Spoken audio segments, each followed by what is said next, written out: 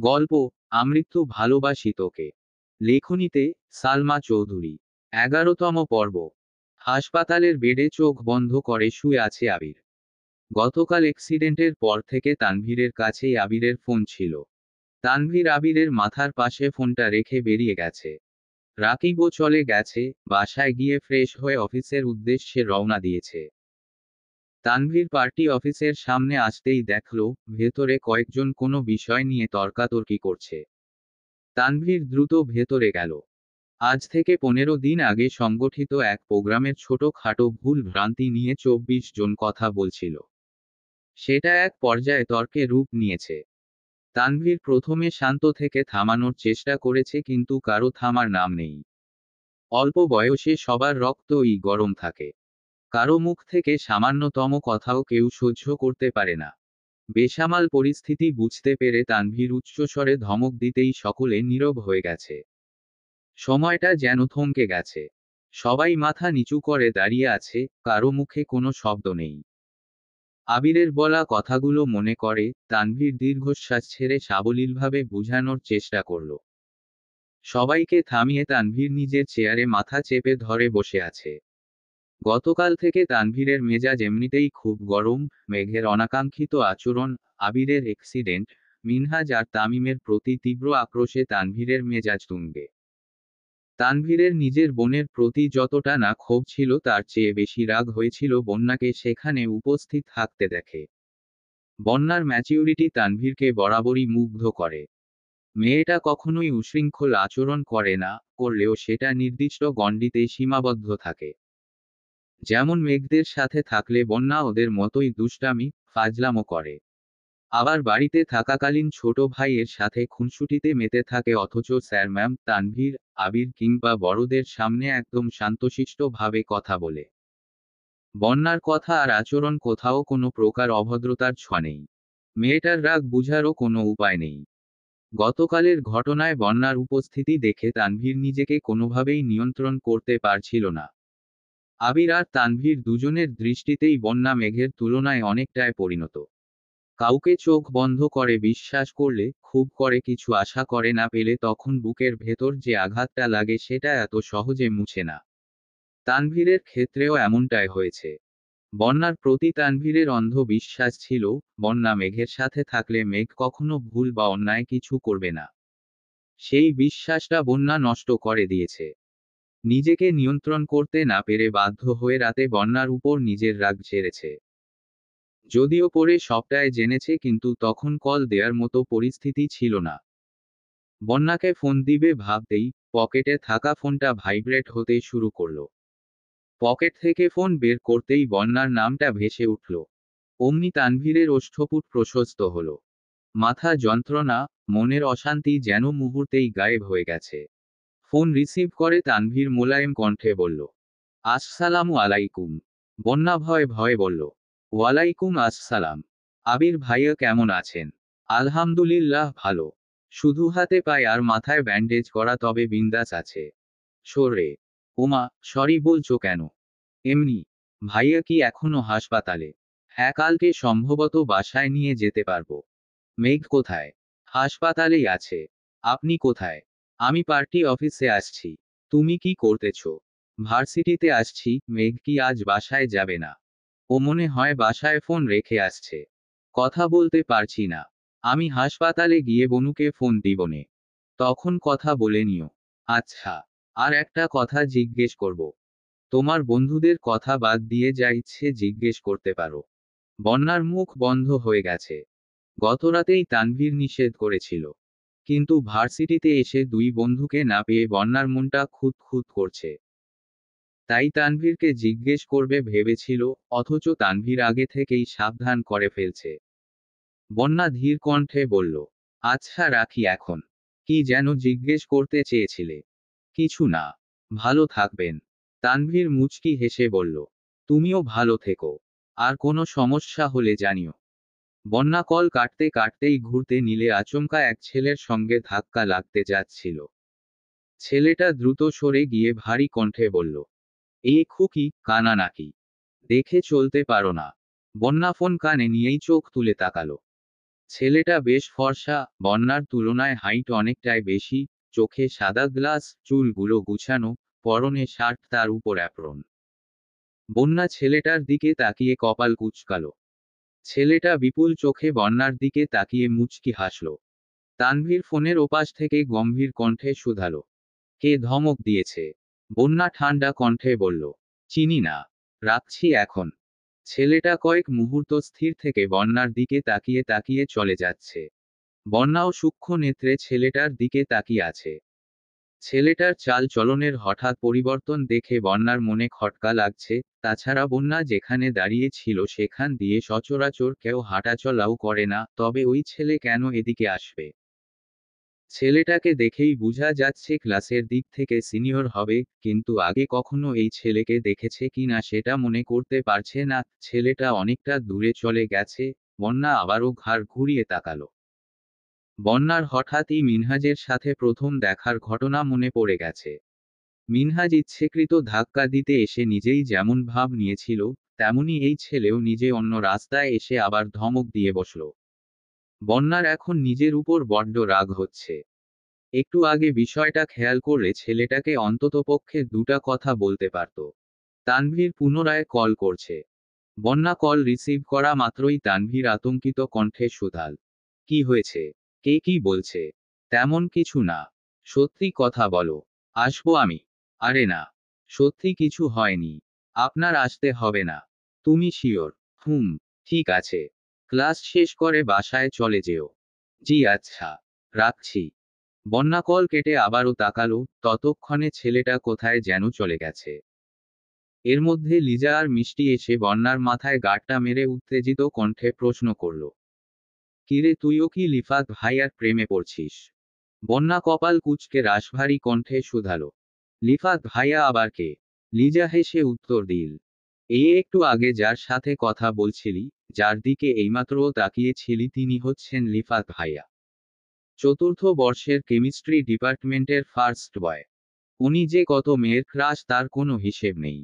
এমনকি আমারও ক্রাশ। তা কি কথা বলছিলি রে? বন্যা রেগে বলল, কোনো কথায় বলিনি।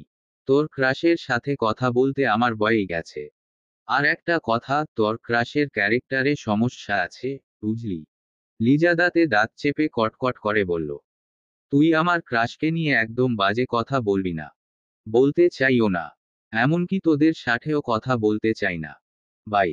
বন্যা ক্লাসে চলে গেছে। বন্যার পিছু পিছু মিষ্টি আর লিজাও ছুটছে।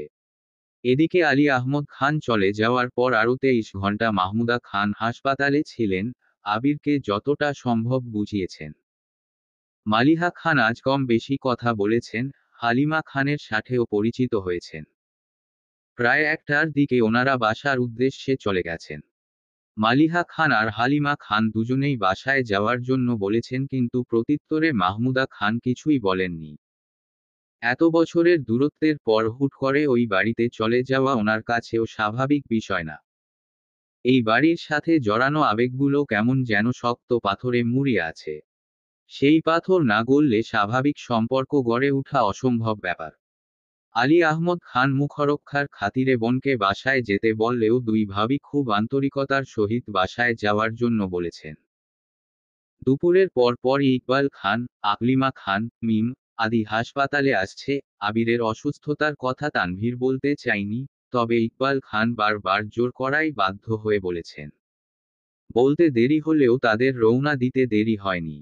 মিম আর আদি সারা রাস্তা কেঁদে কেঁদে এসেছে। আবিরের সাথে মিম খুব কম কথা বলে, হুটহাট দেখা না হলে মিম ইচ্ছেকৃত সামনেও পড়ে না। তবে ভাইয়ের প্রতি ভালোবাসার কোনো কমতি নেই তার। অন্যদিকে আদির আবদার করার একমাত্র জায়গায় আবির। বাহিরে থাকাকালীন ও ভিডিও কল দিয়ে প্রতিনিয়ত বলতো, ভাইয়া এটা নিয়ে এসো, ওটা নিয়ে এসো, কবে আসবা? এখনো তাই করে। হাসপাতালে এসে আবিরের অবস্থা দেখে দুই ভাই বোন ইথো মেরে গেছে। মাথায়, হাতে, পায়ে ব্যান্ডেজ দেখে আঁতকে উঠল। এমন অবস্থায় বাস্তবে কাউকে দেখেনি তারা, এই প্রথমবার আবিরকে দেখছে। আকলিমা খানও অনেক বেশি আতঙ্কিত হয়েছেন। আবিরকে দেখেই আর্তনাদ শুরু করেছেন। ইকবাল খান স্তব্ধ হয়ে দাঁড়িয়ে আছেন, কিছুই বলতে পারছেন না। ওনার চোখে ভেসে উঠেছে বহু বছর আগে আলী আহমদ খানের অ্যাক্সিডেন্টের পরের দৃশ্য। তখন আলী আহমদ খান অ্যাক্সিডেন্ট করে প্রায় 6 মাস বিছানায় ছিলেন। একই রূপে নিজের ভাইপোকে কখনো দেখতে হবে এটা ইকবাল খান কখনো কল্পনাও করেননি। ইকবাল খান তাড়াতাড়ি আবিরের রিপোর্ট চেক করতে লাগলেন, হাত পায়ের অবস্থা বুঝার জন্য। মাথায় চাপ বেশি খেলেও হাতে আর পায়ে খুব বেশি সমস্যা নেই। 21 দিন বেডরেস্টে থাকলে আশা করা যায় ঠিক হয়ে যাবে। দুপুর পেরিয়ে সন্ধে হতে চলল। দুপুরে সবাই অল্পস্বল্প খেয়েছে কিন্তু মেঘ কিছুই খায়নি। সেই যে আবিরের পায়ের কাছে বসেছিল সারাদিন যাবৎ সেখানেই বসে আছে। দুহাতে 2 হাঁটু আঁকড়ে ধরে হাঁটুর উপর কাত করে মাথা রেখে অমুক্ত আখিতে আবিরের অভিমুখে চেয়ে আছে। নাক অবধি ওড়না টানা, আখি যুগল স্থির, প্রয়োজনের বাহিরে একবারের জন্য পলক ফেলছে না, কখনো কখনো চোখের কার্নিশ দিয়ে অনর্গল গড়িয়ে পড়ছে নোনা জল। অতি সন্তর্পণে চোখের পানি মুছে আবারও চেয়ে আছে আবিরের দিকে। সারাদিনে খাবো না ব্যতীত মেঘের মুখ থেকে আর কোনো কথা বের হয়নি। সকাল থেকেই আবির ক্ষণে ক্ষণে মেঘকে দেখছে কিন্তু আজ তার কিছু বলার সামর্থ্য নেই। আম্মু, মামনির সামনে মেঘকে যে দুটা কথা বলবে সেই পরিস্থিতিও নেই। কেউ আবিরের পাশ থেকে উঠে যাচ্ছেও না।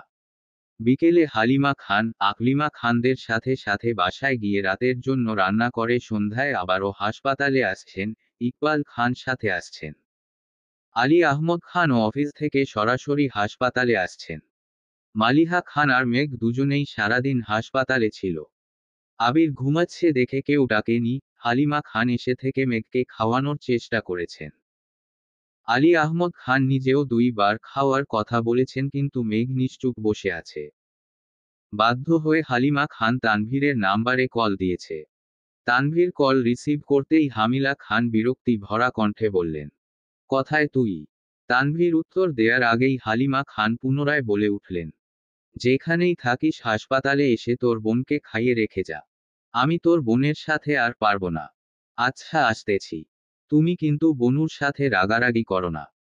তোর আর তোর বাপের আদরে মেয়েটা দিন দিন আরো বেশি জেদি হইতেছে। আমি এখনই আসতেছি।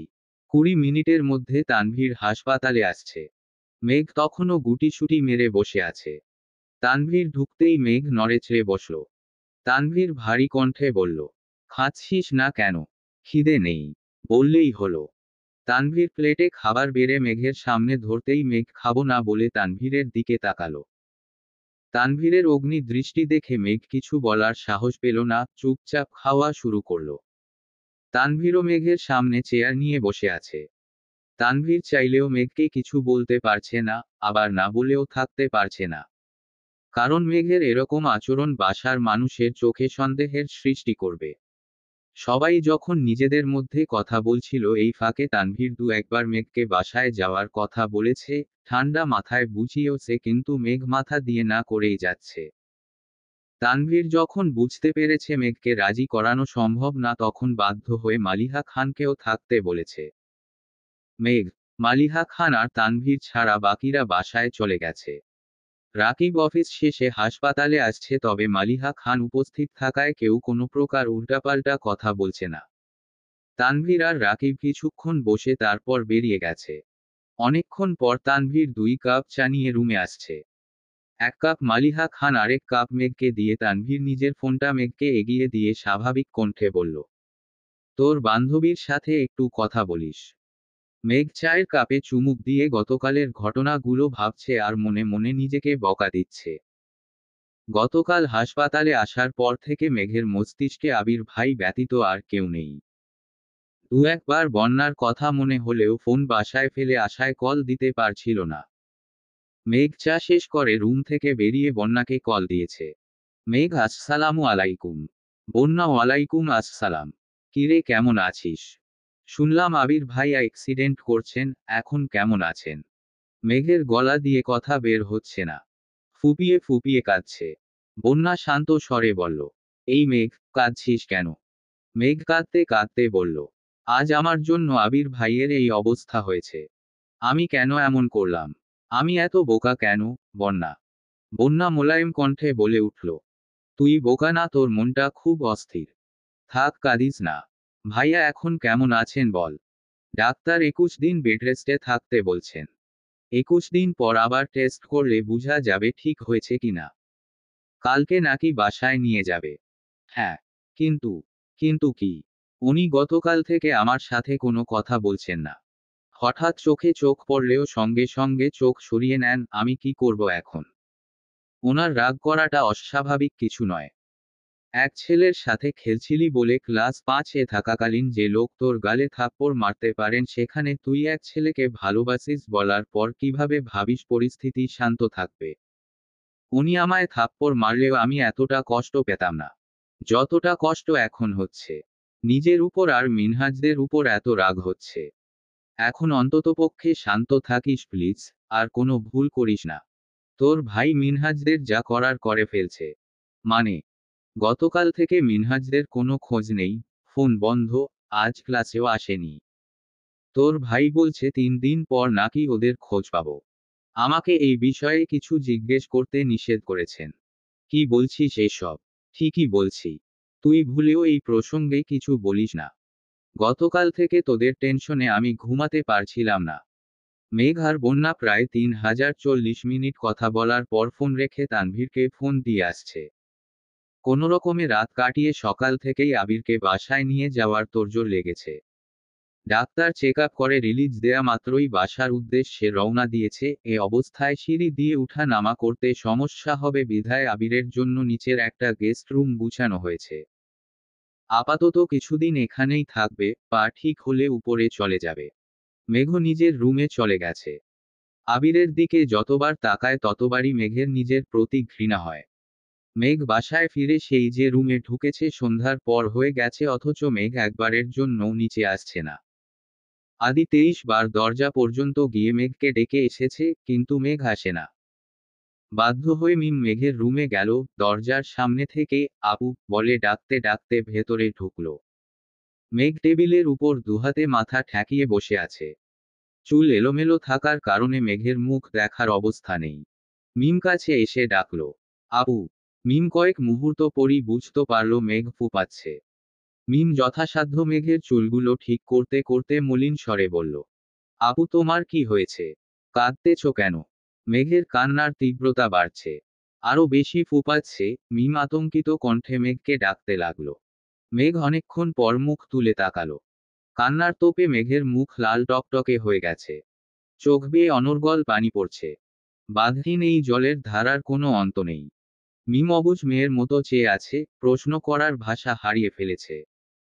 মেঘ আচমকা মিমকে জড়িয়ে ধরে হাউমাউ করে কাঁদতে লাগলো। মিমের মন ব্যাকুল হয়ে আছে। অনেকক্ষণ পর মৃদুস্বরে শুধালো, আপু কাঁদছো কেন? কি হয়েছে তোমার? প্লিজ বলো আমাকে। মেঘ কাঁদতে কাঁদতে বলা শুরু করলো, আমি আবির ভাইকে অনেক ভালোবাসি, আমার নিজের থেকেও বেশি ভালোবাসি। ওনার অস্তিত্ব ব্যতীত আমি আমার সত্তা কল্পনা করতে পারি না। আমার সামান্য ভুলের কারণে আজ আবির ভাইয়ের এই অবস্থা। আমি নিজকে ক্ষমা করতে পারবো না রে। বিস্ময় মিমের চোখ 3 গুণ বড় হয়ে গেছে।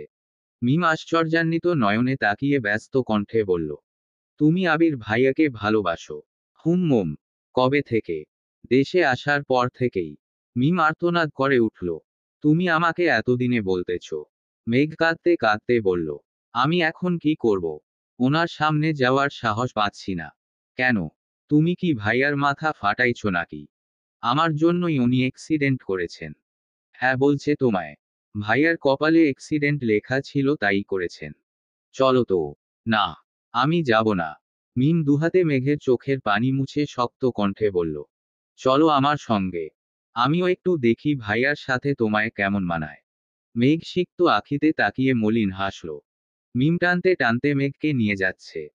মিমের টানের কারণে মেঘের আধখোলা চুল সম্পূর্ণ খুলে গেছে। আদুরে রূপ কেমন যেন ফ্যাকাশে দেখা যাচ্ছে। মিম মেঘের হাত ধরে টানতে টানতে সিঁড়ি এসেই চিন্তিত কণ্ঠে বলল, আপু একটা প্রশ্ন করি? মেঘ স্বাভাবিক কণ্ঠে বলল, কি? তোমার আর আবির ভাইয়ার বিয়ে হলে আমি তোমাকে কি ডাকবো? আর আবির ভাইয়াকেই বা কি? কথা সম্পূর্ণ করার আগেই মেঘ এক হাতে মিমের মুখ চেপে ধরে রাগী স্বরে বলল, ভুলেও যদি বাসার কারো সামনে এ ধরনের কথা বলিস না, খুন করে ফেলবে আমায়। কেন? পরে বলবো। আচ্ছা ঠিক আছে। মিম আর মেঘ আবিরকে দেখার জন্য ড্রয়িং রুম পেরিয়ে গেস্ট রুমে আসছে। দরজায় দাঁড়িয়ে মিম হালকা করে কাশি দিল। আবির তখন পূর্ণ মনোযোগ দিয়ে ফোন দেখছিল। ফোনের স্ক্রিন জুড়ে আবিরের কাদম্বিনীর এক উজ্জ্বল ধৃষ্টতার বিচরণ। মুখে তার মিষ্টি হাসি, ডাগর ডাগর আখি জোড়া, তাতে গাঢ় করে কাজল রেখা টানা। আবির নেশাত্ম দৃষ্টিতে সেই ছবিটা দেখছিল। ছবির মালিক বহু বছর আগেই আবিরের হৃদয়ে স্থান করে নিয়েছে। আকস্মাৎ শব্দ হওয়ায় আবিরের ধ্যান ভেঙেছে। মুহূর্তেই ফোন রেখে চোখ তুলে তাকালো। সরাসরি নজর পড়ে মিমের দিকে। সূক্ষ্ম নেত্রে তাকাতেই মিমের পেছনে মেঘকে দেখতে পেল। মিম দরজা থেকে বলল, ভেতরে আসবো ভাইয়া? আয়। মিম মেঘকে নিয়ে ভেতরে ঢুকলো। মেঘ চিবুক গলায় নামিয়ে রেখেছে। মিম টুকটাক কথা বলেছে, কিন্তু মেঘ মাথা নিচু করেই দাঁড়িয়ে আছে। মেঘের নীরবতা আবিরেরও সহ্য হচ্ছে না, তাই বাধ্য হয়ে মিমকে উদ্দেশ্য করে বলল, আম্মুকে বল আমায় খাবার দিতে। মিম, আচ্ছা, বলে মেঘের হাত ছেড়ে রুম থেকে বেরিয়ে গেছে। আবির কয়েক মুহূর্ত মেঘের দিকে তাকিয়ে রইল। কতক্ষণ যাবৎ মেঘকে দেখছে তার হিসেব নেই। হঠাৎ রাশভারী কণ্ঠে বলল, সারাদিন শেষে এতক্ষণে আমার কথা মনে পড়ল। মেঘ মাথা নিচু করেই দাঁড়িয়ে আছে। থরথর করে হাত পা কাঁপছে। আবির বারবার সূক্ষ্ম নেত্রে মেঘের দিকে তাকাচ্ছে। হঠাৎ মোলায়েম কণ্ঠে শুধালো, কি হয়েছে তোর? মেঘ কাঁপা কাঁপা কণ্ঠে বলল, আমি সরি আবির ভাই। সরি কেন? আপনার এই অবস্থার জন্য আমি দায়ী। আবির চোখ ঘুরিয়ে এদিক সেদিকে তাকিয়ে ঠাট্টার স্বরে বলল, কেন? তুই পেতনি সেজে আমাকে ধাক্কা মারছিলি নাকি? আবিরের এমন কথা শুনে মেঘ সহসা চোখ তুলে তাকালো। আবিরের মুখে হাসি দেখে মেঘ কপাল কুঁচকে আহাম্মকের মতো চেয়ে আছে। আবির মৃদু হেসে বলল, এখানে বসো এসে। মেঘ চুপচাপ এসে বসল। কিছুক্ষণ নীরব থেকে মেঘ আবারও কান্না শুরু করে দিয়েছে। মেঘের কান্না দেখে আবির থতমত খেয়ে গেছে। তড়িঘড়ি করে বলল, এই, আর কত কাঁদবি? দুদিন যাবৎ কেঁদেই যাচ্ছিস। এবার অন্তত থামো প্লিজ। মেঘের কান্না থামার কোনো লক্ষণ না দেখে আবির গম্ভীর কণ্ঠে বলে উঠল, এভাবে কেঁদে কি প্রমাণ করতে চাস? মানে, আমি তোকে মারি, তোকে কাদায়, এসবই প্রমাণ করতে চাস? না। তাহলে এভাবে কাঁদছিস কেন? আমি কি মরে গেছি? মেঘ সঙ্গে সঙ্গে আবিরের মুখ চেপে ধরে হুঙ্কার দিয়ে উঠল, আপনাকে সাবধান করে দিচ্ছি, মরার কথা কখনো মুখে নিবেন না। আবির আলতোভাবে মুখে রাখা মেঘের হাতের উপর হাত রেখে হাতটা কিছুটা সরিয়ে ঠোঁটে হাসি রেখে বলল, আর তুই যে এভাবে কাঁদছিস সে বেলায়। মেঘ কাঁদতে কাঁদতে আবারও বলতে শুরু করল, আমি ভুল করেছি, আমায় মাফ করে দেন প্লিজ। আমি আর কখনো এমন কাজ করব না। মিনহাজদের সঙ্গে আর কখনো কথা বলবো না, কারো সাথেই মিশব না। আবির রাগান্বিত কণ্ঠে বলল, ভুল তুই না, বরং আমি করেছি। আমার সেদিন বড় ভাইয়ের দায়িত্ব পালন করা উচিত ছিল। মেঘ চিৎকার করে উঠল, মানে? আমার উচিত ছিল সামনে দাঁড়িয়ে মিনহাজের প্রপোজ করার স্টাইলটা দেখা, তাকে সাপোর্ট করা। আমার আসলে ওইভাবে রিয়েক্ট করা ঠিক হয়নি। সরি। আমি সুস্থ হলে তাকে বলিস আবার তোকে প্রপোজ করতে। জীবনেও না। আমি আর কথায় বলবো না। আর আপনি প্লিজ আজেবাজে কথা বলবেন না। আজবাজে কথা কি বললাম? কিছু না। এমন সময় মিম খাবার নিয়ে ভেতরে ঢুকলো।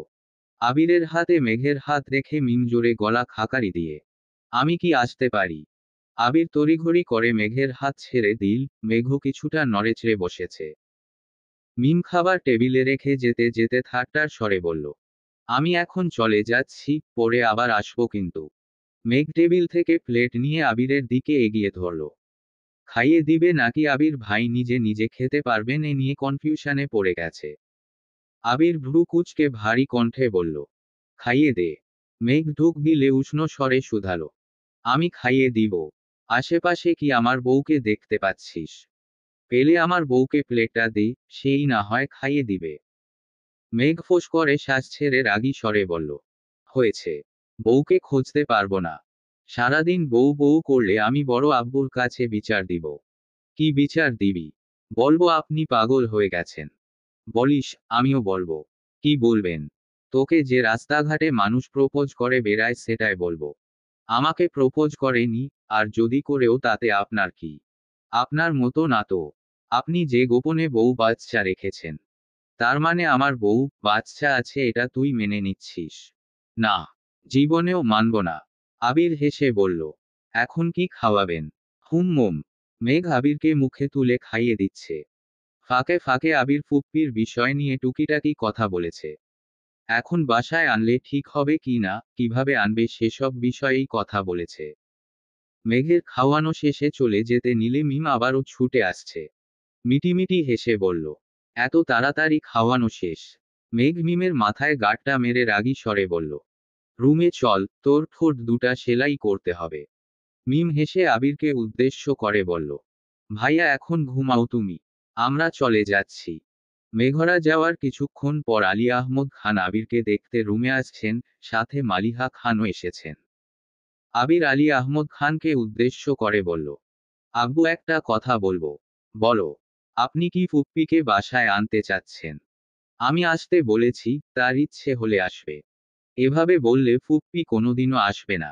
ভুলে যাবেন না উনি আপনারই বোন। আপনি যদি সত্যি চান ফুপ্পি বাসায় আসুক, তাহলে ফোন দিয়ে ভালোভাবে দাওয়াত দেন। ফুপ্পিদের বাসার সবাইকে নিয়ে আসতে বলুন। আর যদি না চান তবে ভবিষ্যতে মুখ রক্ষার্থে কখনো দাওয়াত দিবেন না, প্লিজ। আলী আহমদ খান গুরুভার কণ্ঠে বললেন, তোমার ফুপ্পিকে আসতে বলেছি, প্রয়োজনে আবার বলবো, কিন্তু তোমার ফুপাকে কিছু বলতে বলো না আমায়। এই একটা মানুষের জন্য আমার পরিবারটা ধ্বংস হয়ে গেছে, তাকে কখনো ক্ষমা করতে পারবো না আমি। মালিহা খান ঠান্ডা কণ্ঠে বললেন, আর কতদিন মনের ভেতর বিদ্বেষ পুষে রাখবেন? এবার অন্তত সবকিছু ঠিক করে নেন। তোমরা কি চাইছো? আমি নিজে থেকে সব ভুলে ওই লোকের সাথে কথা বলি? আবির তপ্ত স্বরে বলল, না, মনের বিরুদ্ধে আপনাকে কিছু করতে বলছি না। আপনি ফুপ্পিকে সত্যিই বাসায় আনতে চাইলে ফুপ্পিকে কল দিয়ে ভালোমন্দ কথা বলে দাওয়াত দিবেন, বাসার সবাইকে নিয়ে আসতে বলবেন। এটুকুই। আমার কাছে ওদের কারো নাম্বার নেই।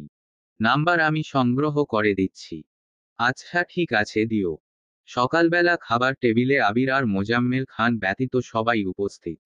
আলী আহমদ খান খাবার শেষ করে স্বাভাবিক কণ্ঠে শুধালেন, তোমাদের ফুপ্পিকে বাসায় দাওয়াত দিতে চাচ্ছি।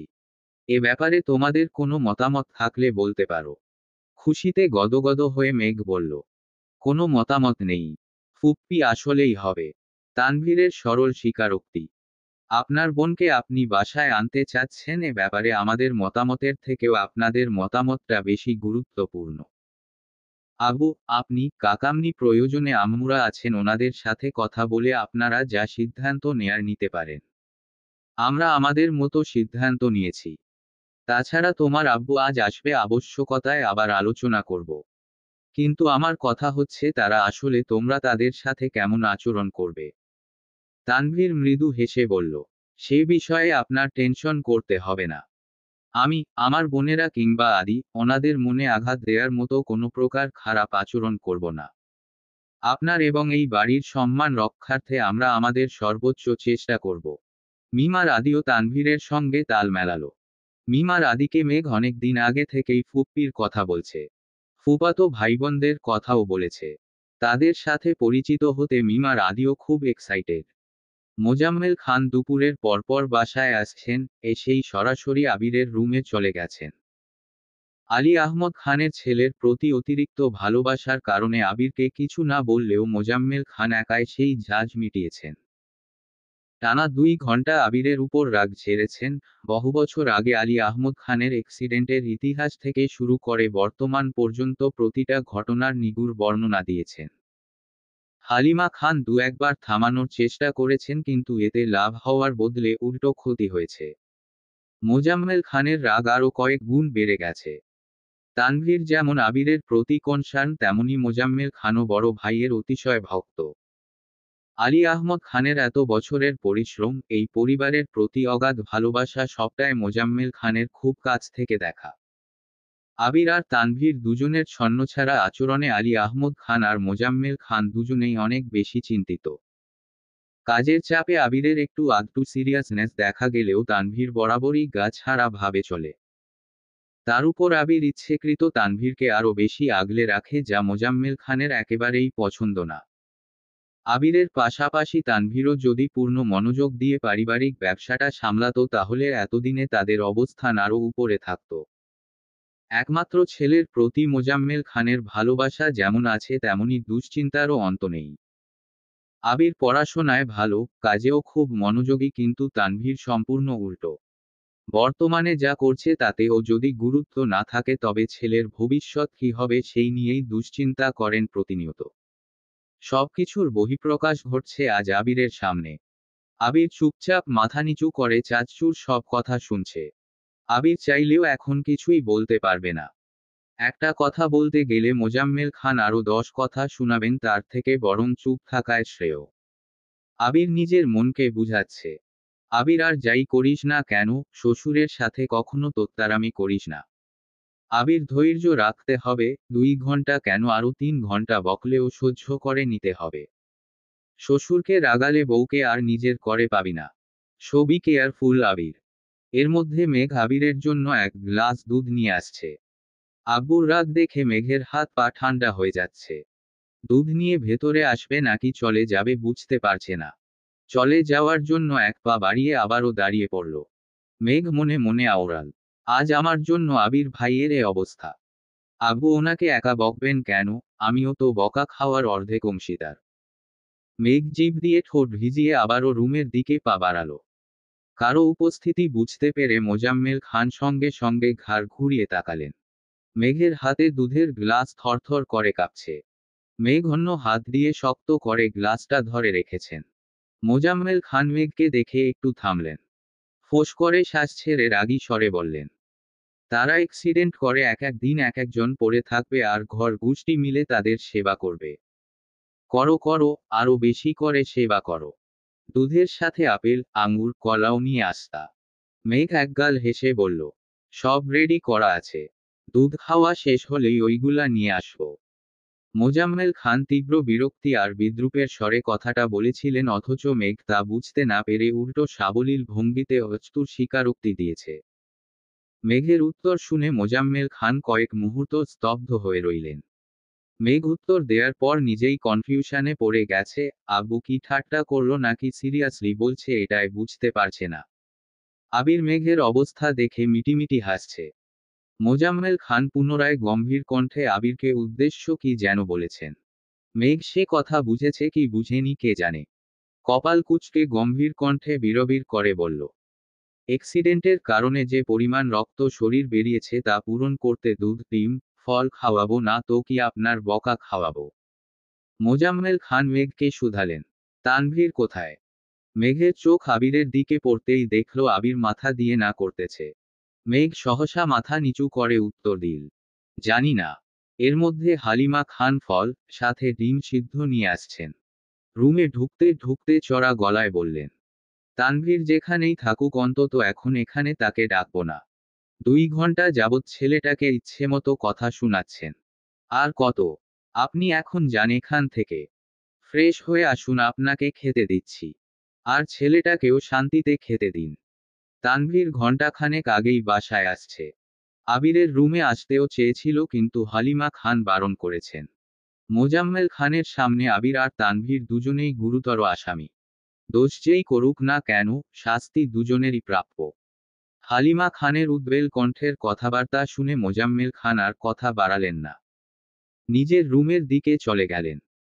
হালিমা খান আবিরের কাছে ফলের প্লেটটা রেখে মেঘকে উদ্দেশ্য করে বললেন, তুই বরং এখানে থাক। আমি তোর আব্বুর জন্য খাবার রেডি করি। মেঘ ঘাড় কাত করে হ্যাঁ সূচক সম্মতি জানালো। হালিমা খান চলে যেতেই আবির ফলের প্লেটের দিকে তাকালো, হিমোগ্লোবিন বাড়ানোর জন্য যে যে ফল বেশি গুরুত্বপূর্ণ সে সব ফলে প্লেট ভর্তি করে নিয়ে আসছে। আবির ভাবলেশহীন কণ্ঠে বলল, এত ফল আনছিস কেন? কে খাবে? আপনি খাবেন। এত ফল খাইয়ে একদিনে আমার শরীর ঠিক করার প্ল্যান করছিস নাকি? একদিনে না পারি কিছুদিনেই ঠিক করে ফেলবো ইনশাআল্লাহ। আবির সুস্থির কণ্ঠে বলল, এত খেতে পারবো না। যেটুকু পারবো সেটুকুই খাবো। মেঘ মুচকি মুচকি হাসছে। মেঘের রহস্যময় হাসি দেখে আবির ভ্রু যুগল নাকের গুড়ায় টেনে রাশভারী কণ্ঠে শুধালো, এভাবে হাসার কারণ কি? মনের ভেতর কি চলছে? হুমম। মেঘের মুচকি হাসি প্রখর হলো। বেশ কিছু সময় চলব মেঘের অবাধ হাসি। আবির বিস্তীর্ণ আখিতে চেয়ে আছে তার কাদম্বিনীর দুটি নেত্রে। আজ কতদিন পর আবিরের প্রিয়তমার অকৃত্রিম হাসি দেখছে, যাতে নেই কোনোরকম কৃপণতা। দীর্ঘ সময়ের হাসির নিমিত্তে মেঘের চোখ দুটা টলমল করছে। গাঢ় কমলা রঙের একটা জামার সাথে সাদার মধ্যে হ্যান্ডপ্রিন্টের একটা ওড়না মেঘের গায়ে জড়ানো। কমলা আর সাদার কম্বিনেশনে মেঘকে আজ অপরূপা লাগছে, সেই সাথে ঠোঁটগুলো আজ মাত্রাতিরিক্ত লাল দেখা যাচ্ছে, চোখের নিচে কাজল কিছুটা লেপ্টে আছে। নিরবধি হাসির কারণে ঘামে চিকচিক করছে নাকের ডগা। কোনো রমণীর প্রেমে পড়ার জন্য এর চেয়ে বড় কারণ বোধ হয় আর হয় না। মুগ্ধতায় আবিরের দু চোখ আটকে আছে, নিঃশ্বাস ভারী হয়ে আছে, বাস্তব আর কল্পনা গুলিয়ে যাচ্ছে। মেঘ চেষ্টা করেও নিজের হাসি থামাতে ব্যর্থ হচ্ছে। দিশাবিশা না পেয়ে বাধ্য হয়ে নিজের হাতে নিজের মুখ চেপে ধরে হাসি থামানোর চেষ্টা করল। আবির তখনও নিরেট দৃষ্টিতে চেয়ে আছে। দৃষ্টির গভীরতা জুড়েই অবিশ্রান্ত ভালোবাসার সুবাস, মেঘের মোহমায় জর্জরিত আবিরের হৃদয়। মেঘ হাসি থামিয়ে আবিরের দিকে তাকাতেই আবির ভ্রু জোড়া নাচাল। মেঘ ঠোঁট বেঁকিয়ে মৃদুস্বরে বলল, আপনি এগুলো খাওয়া শুরু করুন। আমি আসছি। কোথায় যাচ্ছিস? আসতেছি এখনই। মেঘ কিছুক্ষণের মধ্যে দুটা প্লেট হাতে ফিরে আসলো। এক প্লেট ভর্তি ফল, আরেক প্লেটে এক হালি সিদ্ধ ডিম। মেঘ ঠোঁটে হাসি রেখে প্লেট দুটা আবিরের সামনে রাখতেই আবির বিষম খেয়ে উঠল। কাশতে কাশতে আবিরের অবস্থা খারাপ হয়ে যাচ্ছে। অলরেডি আবিরের সামনে এক হালি ডিম, এক প্লেট ভর্তি ফল, তার উপর মেঘ আরও এক হালি ডিম আর এক প্লেট ফল নিয়ে আসছে। আবির কাশতে কাশতে বলল, এইসবের মানে কি? মেঘ হেসে বলল, এই সবগুলো আপনি এখন খেয়ে শেষ করবেন। আর কোনো কথা আমি শুনতে চাই না। আবির বিপুল চোখে মেঘের দিকে তাকিয়ে আছে। মেঘের যত্ন দেখে মনে হচ্ছে একদিনেই আবিরকে পুরোপুরি সুস্থ করে ফেলবে। শরীর থেকে যে পরিমাণ রক্ত বের হয়েছে তা একদিনেই পূরণ করে ছাড়বে। আবির মেঘের দিকে তাকিয়ে তাকিয়ে এক গ্লাস দুধ, এক হালি ডিম আর এক প্লেট ফল কোনোরকমে খেয়ে শেষ করেছে। মেঘ সূক্ষ্ম দৃষ্টিতে আবিরকে পরখ করছে। খাওয়াতে কোনো প্রকার গাফিলতি যেন না করতে পারে। আবির দীর্ঘশ্বাস ছেড়ে বলল, ম্যাম, আমি কি একটু রেস্ট নিতে পারবো? বেশি কষ্ট হচ্ছে। একটু, তবে আপনি বললে শেষ করে ফেলব। থাক, পরে খেয়ে নিয়েন, এখন আমি আসছি। আবির উদাসীন কণ্ঠে বলল, আচ্ছা। আলী আহমদ খান বাসায় ফিরেই আবিরের থেকে নাম্বার নিয়ে গেছেন। মোজাম্মেল খান সহ বাকিদের সাথে কথা বলে অবশেষে মাহমুদা খানের নাম্বারে কল দিলেন। মাহমুদা খানের ফোনে অলরেডি আলী আহমদ খানের নাম্বার ভাইজান লিখে সেভ করা, তাই চিনতে অসুবিধা হয়নি। কল দেওয়ার পর প্রথমবার এই কল রিসিভ হলো। মাহমুদা খান কণ্ঠ খাদে নামিয়ে ধীর কণ্ঠে বললেন, আসসালামু আলাইকুম ভাইজান। ওয়ালাইকুম আসসালাম। কেমন আছিস? আলহামদুলিল্লাহ ভালো। তুমি কেমন আছো? আলহামদুলিল্লাহ। কোথায় আছিস? বাসায়। আবির কেমন আছে? আগের থেকে কিছুটা সুস্থ। ভাবিরা কেমন আছে? বাকি সবাই কেমন আছে? আলহামদুলিল্লাহ ভালো। যে কারণে তোকে ফোন দেয়া, আগামীকাল তোদের বাসার সবাইকে আমাদের বাসায় দাওয়াত। সবাইকে নিয়ে সকাল সকাল বাসায় চলে আসিস। আমার যেন দ্বিতীয়বার ফোন দিতে না হয়। ঠিক আছে, ভাইজান।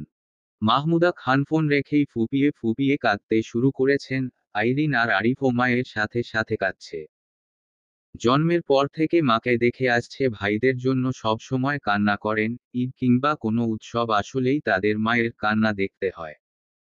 28 বছর পর খান বাড়িতে ঢোকার অনুমতি পেয়েছেন, সেই খুশিতে নিজের কান্না আটকে রাখতে পারছেন না। আলী আহমদ খানের রাগ এত সহজে কমে যাবে এটা কেউ কল্পনাও করতে পারেনি। আবিরও ভেবেছিল অন্ততপক্ষে 12 বছর চেষ্টা করলে হয়তো বা আব্বুর রাগ নিয়ন্ত্রণে আনা সম্ভব। কিন্তু বোনকে প্রথম দেখাতেই উনি সবাইকে ডেকে জানিয়ে দিবে এটা কেউই ভাবেনি।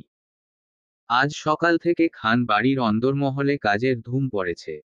দুজন হেল্পিং হ্যান্ড, বাড়ির 3 কর্ত্রী সহ মেঘ, মিমার আদিও কাজে ব্যস্ত। মেঘ কাজের ফাঁকে ফাঁকে আবিরকে দেখে আসে।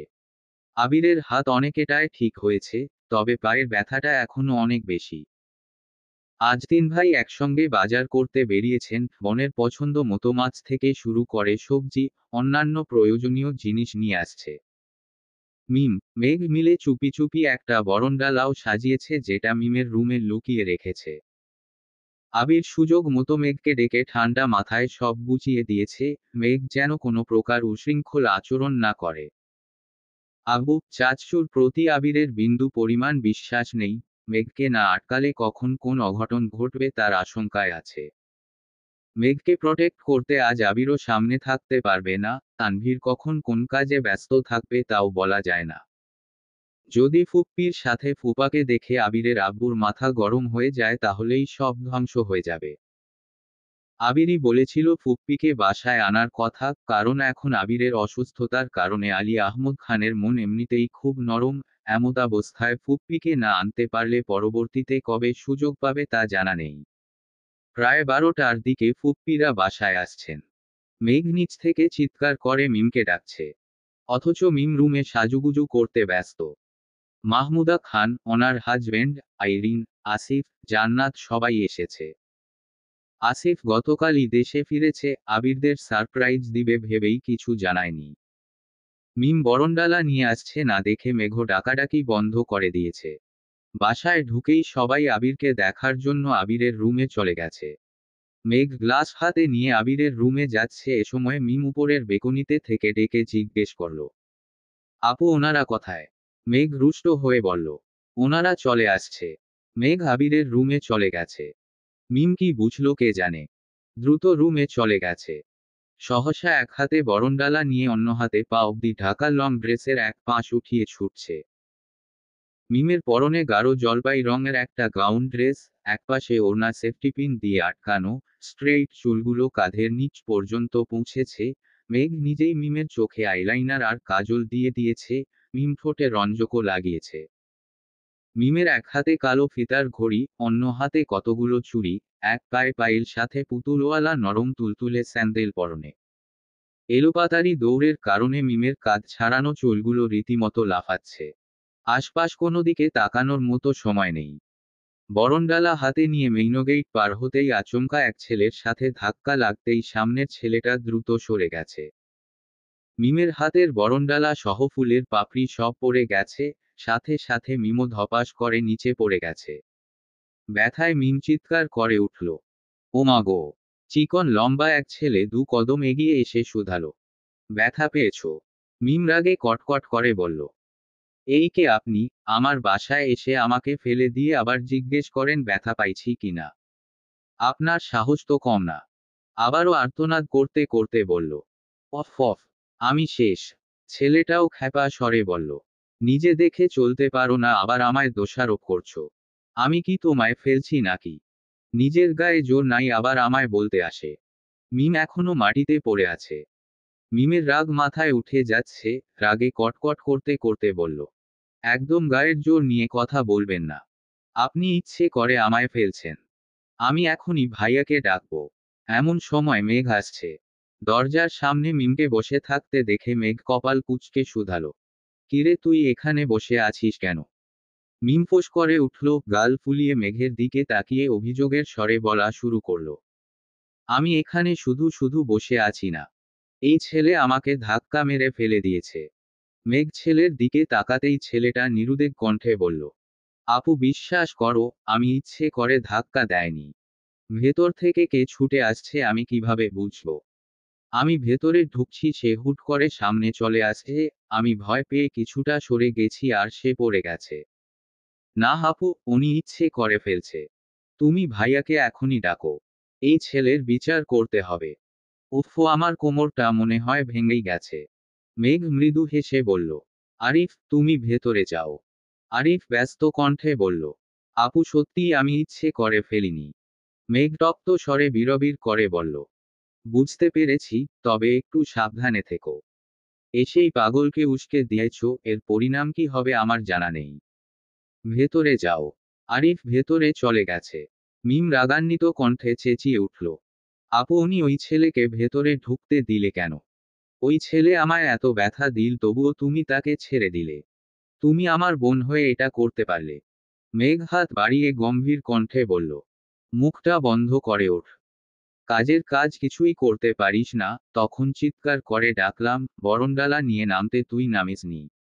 ওরা সবাই ভেতরে চলে গেছে এতক্ষণে তোর খবর হয়েছে। বরং তো হলোই না, বরং শুধু শুধু কোমরে ব্যথাটা পেয়েছিস। সাথে ড্রেসটাও নষ্ট করেছিস। মিম মেঘের হাত ধরে কোনো রকমে উঠল। ঠিকমতো দাঁড়াতেও পারছে না। মেঘ মিমের হাতটা শক্ত করে ধরে বলল, পাটা শক্ত করে ঝাড়া দেই, দেখবি ঠিক হয়ে গেছে। মেঘের কথা মতো মিম 2-3 বার চেষ্টা করল। কিছুটা ঠিক হওয়ার পর মেঘকে ধরে ধরে ভেতরে ঢুকল। আবিরের রুমের দরজার সামনে আসতেই আকলিমা খান শুধালেন, কিরে কি হলো তোর? মিম রাগে বলতে নিল, এই ছে। মেঘ তাড়াতাড়ি মিমের মুখ চেপে স্বাভাবিক কণ্ঠে বলল, এমনি ব্যথা পেয়েছে। আকলিমা খান পুনরায় বললেন, সারাদিন উল্টাপাল্টা দৌড়াবে, ব্যথা তো পাবেই। বেশি ব্যথা পাইছিস? সিরিয়াস আলোচনায় মিমের ব্যথাটা আলোচনার মোড় ঘুরিয়ে ফেলছে। আবিরও তীক্ষ্ণ দৃষ্টিতে মেঘের দিকে তাকিয়ে আছে। মেঘ পরিস্থিতি বুঝতে পেরে তড়িঘড়ি করে বলল, আরে বেশি কিছু হয়নি, আমি এখনই ঔষধ দিয়ে দিচ্ছি, তোমরা কথা বলো। মেঘ মিমকে নিয়ে সেখান থেকে চলে গেছে। আবিরের রুমে আলী আহমদ খান ব্যতীত আর সবাই উপস্থিত। আলী আহমদ খান নিজের রুমেই বসে আছেন। বনের প্রতি ক্রোধ কিছুটা কমলেও বনের হাসব্যান্ডকে তিনি এখনো মন থেকে মানতে পারছেন না, তাই সামনেই আসছেন না। মোজাম্মেল খান, মালিহা খান, হালিমা খান আলোচনা করে মাহমুদা খান আর ওনার হাসব্যান্ডকে আলী আহমদ খানের রুমে পাঠাচ্ছেন। 2830 বছরের গড়ে ওঠা অদম্য অন্তরাল ভাঙতে মাহমুদা খান এবং ওনার হাজব্যান্ড প্রয়োজনে আলী আহমদ খানের পায়ে ধরতেও রাজি। মেঘ মিমের সঙ্গে উপরে চলে গেছে। মিম কোমরের সাথে সাথে পায়েও অল্প ব্যথা পেয়েছে। আগে বুঝতে না পারলেও এখন মিমের পা জ্বলছে। কাটা স্থান থেকে রক্ত বেরিয়ে পরনের সেলোয়ারে দাগ হয়ে গেছে। মেঘ আগে ভেবেছিল সামান্য ব্যথা পেয়েছে তাই এত গুরুত্ব দেয়নি। মিমের অবস্থা দেখে এখন মেঘ নিজেই ভয় পেয়ে গেছে। বাসার কাউকে জানালে তুলকালাম কাণ্ড হয়ে যাবে। মিম পায়ের দিকে তাকিয়ে কাঁদছে আর আরিফকে অনর্গল বকেই যাচ্ছে। মেঘ বুঝিয়ে শুনিয়ে মিমকে শান্ত রাখার চেষ্টা করছে। মেঘ কাটা স্থান জীবাণু মুক্ত করে একটা মলম লাগিয়ে ব্যথার ঔষধ খাইয়ে দিয়েছে। বেশ কিছুক্ষণ বুঝানোর পর মিম কিছুটা শান্ত হয়েছে। মিম অন্য একটা ড্রেস পরেছে। কিছুক্ষণ পর দুই বোন একই সঙ্গে নিচে আসছে। পায়ে আর কোমরে ব্যথার জন্য মিম ঠিকমতো হাঁটতে পারছে না। ওরা নিচে আসতেই দেখল আলী আহমদ খানের রুমের সামনে ভিড়। মেঘ মিমকে সোফায় বসিয়ে এগিয়ে গেল বড় আব্বুর রুমের দিকে। রুমের বাহিরে মোজাম্মেল খান, ইকবাল খান, মালিহা খান, হালিমা খান, আকলিমা খান দাঁড়িয়ে আছে। মেঘ আম্মু আর কাকিয়ার পাশ কেটে দরজা পর্যন্ত আসতেই মেঘের পা যুগল থমকে গেছে, সেই সাথে হৃদস্পন্দনও হঠাৎ থেমে গেল। মাহমুদা খান এবং ওনার হাজবেন্ড দুজনে আলী আহমদ খানের দু পা আঁকড়ে ধরে অবিচ্ছেদ্য ভাবে কেঁদেই চলেছেন। ব্যগ্র স্বরে নিজের ভুল স্বীকার করছেন আর আলী আহমদ খানের কাছে মাফ চাচ্ছেন। আলী আহমদ খান বোনকে অনেকদিন আগেই ক্ষমা করে দিয়েছেন, তবে আজ বোনের হাজবেন্ডকে সামনাসামনি দেখার পর নিজেকে কোনোভাবেই নিয়ন্ত্রণ করতে পারছেন না। পাথুরে মানবের ন্যায় আলী আহমদ খান বিছানার এক পাশে বসে আছেন। মোজাম্মেল খান ব্যতীত দরজার সামনে দাঁড়ানো প্রতিটা মানুষের চোখ টলমল করছে। মেঘকাতর বদনে ফুপ্পির দিকে কিছুক্ষণ তাকিয়ে রইল। মেঘের বুকের ভেতর অসহনীয় যন্ত্রণা হচ্ছে। হৃদয় খুঁড়ে আসা আর্তনাদগুলো অবিক্ষিপ্ত গতিতে দুচোখ বেয়ে গড়িয়ে পড়ছে। ক্ষণিকের জন্য মেঘ নিজেকে ফুপ্পির জায়গায় কল্পনা করতেই মেঘের চারপাশ অন্ধকারে আচ্ছন্ন হয়ে গেছে। দাঁড়িয়ে থাকার সর্বশক্তি মুহূর্তেই বিলীন হয়ে গেছে। মেঘ দ্রুত স্থান ত্যাগ করল। মিমের পাশে সোফায় গিয়ে বসে চোখ বন্ধ রেখে ঘন ঘন শ্বাস নিয়ে নিজেকে স্বাভাবিক করার চেষ্টা করছে। মেঘের অস্থিরতা দেখে মিম অবাক চোখে চাইল। আশপাশে চোখ বুলিয়ে মিম সন্দিহান কণ্ঠে শুধালো, আপু কি হয়েছে তোমার? এভাবে হাঁপাচ্ছ কেন? মেঘ নিজেকে সামলে স্বাভাবিক কণ্ঠে বলল, কিছু হয়নি। অন্যদিকে আবিরের রুমে আসিফ, জান্নাত, তানভীর, আরিফ, আইরিন সবাই খুনসুটিতে মেতে আছে। বেশ কিছুক্ষণ খুশগল্প করার পর আসিফ হঠাৎ এই গম্ভীর কণ্ঠে আবিরকে উদ্দেশ্য করে বলল, শুনলাম তুই নাকি মেঘের জন্য অ্যাক্সিডেন্ট করেছিস। মোটেই না, তোমরা শুধু শুধু আমার ওনাকে দোষারোপ করছো। ওনার কোনো দোষই নাই। ভাগ্যে ছিল তাই অ্যাক্সিডেন্ট করেছি। আসিফ কিঞ্চিত হেসে বলল, এখনই তার পক্ষ নিচ্ছিস? বিয়ের পর কি করবি তাহলে? আবির জিভ দিয়ে ঠোঁট ভিজিয়ে ঠোঁট বেঁকিয়ে হেসে মৃদুস্বরে বলল, পরে বউ ভক্ত জামাই হব। ও যা বলবে, যেভাবে বলবে আমি সেভাবেই চলব। বাস্তবে কেন, স্বপ্নেও কোনোদিন ওকে আমার বিরুদ্ধে কোনো ধরনের অভিযোগ তুলতে দিব না, ইনশাআল্লাহ। জান্নাত, আসিফ আর তানভীর একসঙ্গে ইনশাআল্লাহ বলে উঠল। আইরিন হাসি মুখে শুধালো, ভাইয়া তুমি বিয়েটা কবে করবা? আমরা কি বিয়ে খাবো না? আবির ঠাট্টার স্বরে বলল, তোকে বিয়ে দিয়ে তারপরই করব। আইরিন মুখ ফুলিয়ে গম্ভীর কণ্ঠে বলল, আমার কি বিয়ের বয়স হয়েছে? মাত্র 16 বছর বয়স আমার। আমি এখনো শিশু। তানভীর হেসে বলল, এখনো কত কত গ্রামে 12-14 বছর বয়সী মেয়েদের বিয়ে হয়ে যায়। সেখানে তুই তো তাদের থেকে 2 বছরের বড়, তোকে দিতে সমস্যা কি? আইরিন গুরুগম্ভীর ভাব নিয়ে বলল, তোমার বোন যে আমার থেকে আরো 3 বছরের বড়, সে বেলায় তাকে বিয়ে দাও না কেন? তানভীর সত্বর জবাব দিল, আমার বোনের জামাই ফিক্সড, তাই কোনো টেনশন নাই, কিন্তু তোর জন্য তো ছেলে খুঁজতে হবে, এজন্য সবার টেনশন। আইরিন ভ্রুনাকের গুড়ায় টেনে রাশভারী কণ্ঠে বলল, আমি বিয়েই করব না। আইরিনের কথা শুনে সবাই উঁচু স্বরে হাসতে শুরু করেছে। আইরিন রাগে কটকট করতে করতে সবার দিকে তাকাচ্ছে। জান্নাত ঠোঁটে হাসি রেখেই বলল, তোমরা সব সময় আমার ননদিনীটাকে রাগাও। আমার ননদিনীকে বিয়েই দিব না, সারা জীবন আমাদের কাছে রেখে দিব। তাহলে আম্মুকেও মেয়ের জন্য কান্নাকাটি করতে হবে না। আইরিনের গাল ফুলানো দেখে আরিফ আইরিনের মাথায় গাঁটটা মেরে বলল, তুই এত বেককল কেন রে? মজাও বুঝিস না? আইরিন মাথায় ঘষতে ঘষতে অসহায় মুখ করে আরিফের দিকে চেয়ে আছে। আরিফ সবার সাথে অন্য বিষয়ে কথা বলায় ব্যস্ত। এর মধ্যে আকলিমা খান দরজা থেকে ডেকে বললেন, তানভীর, ওদের নিয়ে বাসাটা একটু ঘুরে দেখা। আর পারলে আবিরকে ধরে রুমটা থেকে বের কর। এক রুমে বন্দি থাকতে কত ভালো লাগে। তানভীর ধীর কণ্ঠে বলল, ঠিক আছে, তুমি যাও, আমি ভাইয়াকে নিয়ে যাচ্ছি। আইরিন, আরিফ, জান্নাত আগে বেরিয়ে গেছে। তানভীর আর আসিফ দুপাশ থেকে আবিরকে ধরে আস্তে ধীরে নিয়ে যাচ্ছে। আবিরের হাত মোটামুটি ঠিক হয়ে গেছে, পায়ে ব্যথা রয়েছে। বাড়ির নিরিবিলি পরিবেশ দেখে জান্নাত এগিয়ে গিয়ে আকলিমা খানকে শাশুড়ির কথা জিজ্ঞেস করতে লাগলো। মেঘ আর মিম দুজনই সোফায় হেলান দিয়ে বসে আছে। সবাইকে বের হতে দেখে হালিমা খান এগিয়ে এসে মেঘকে ডেকে বললেন, ওদের নিয়ে ছাদ থেকে ঘুরে আয়। আমরা খাবার রেডি করছি। এদিকে ওদিক নজর বুলিয়ে মেঘ উঠে নিজের মনকে সামলে মুখে হাসি নিয়ে বলল, চলো। মিমকে উদ্দেশ্য করে বলল, কিরে তুই যেতে পারবি? মিম মেঘের দিকে এক পলকের জন্য তাকাতেই হঠাৎ আরিফের দিকে চোখ পড়ল। অমনি মিম রেগেমেগে আগুন হয়ে গেছে। রাগান্বিত কণ্ঠে বলল, আমি যাব না। তুমি যাদের নিয়ে যাচ্ছিলে তাদের নিয়েই যাও। মেঘ যথারীতি আইরিন আর আরিফকে নিয়ে উপরে চলে গেছে।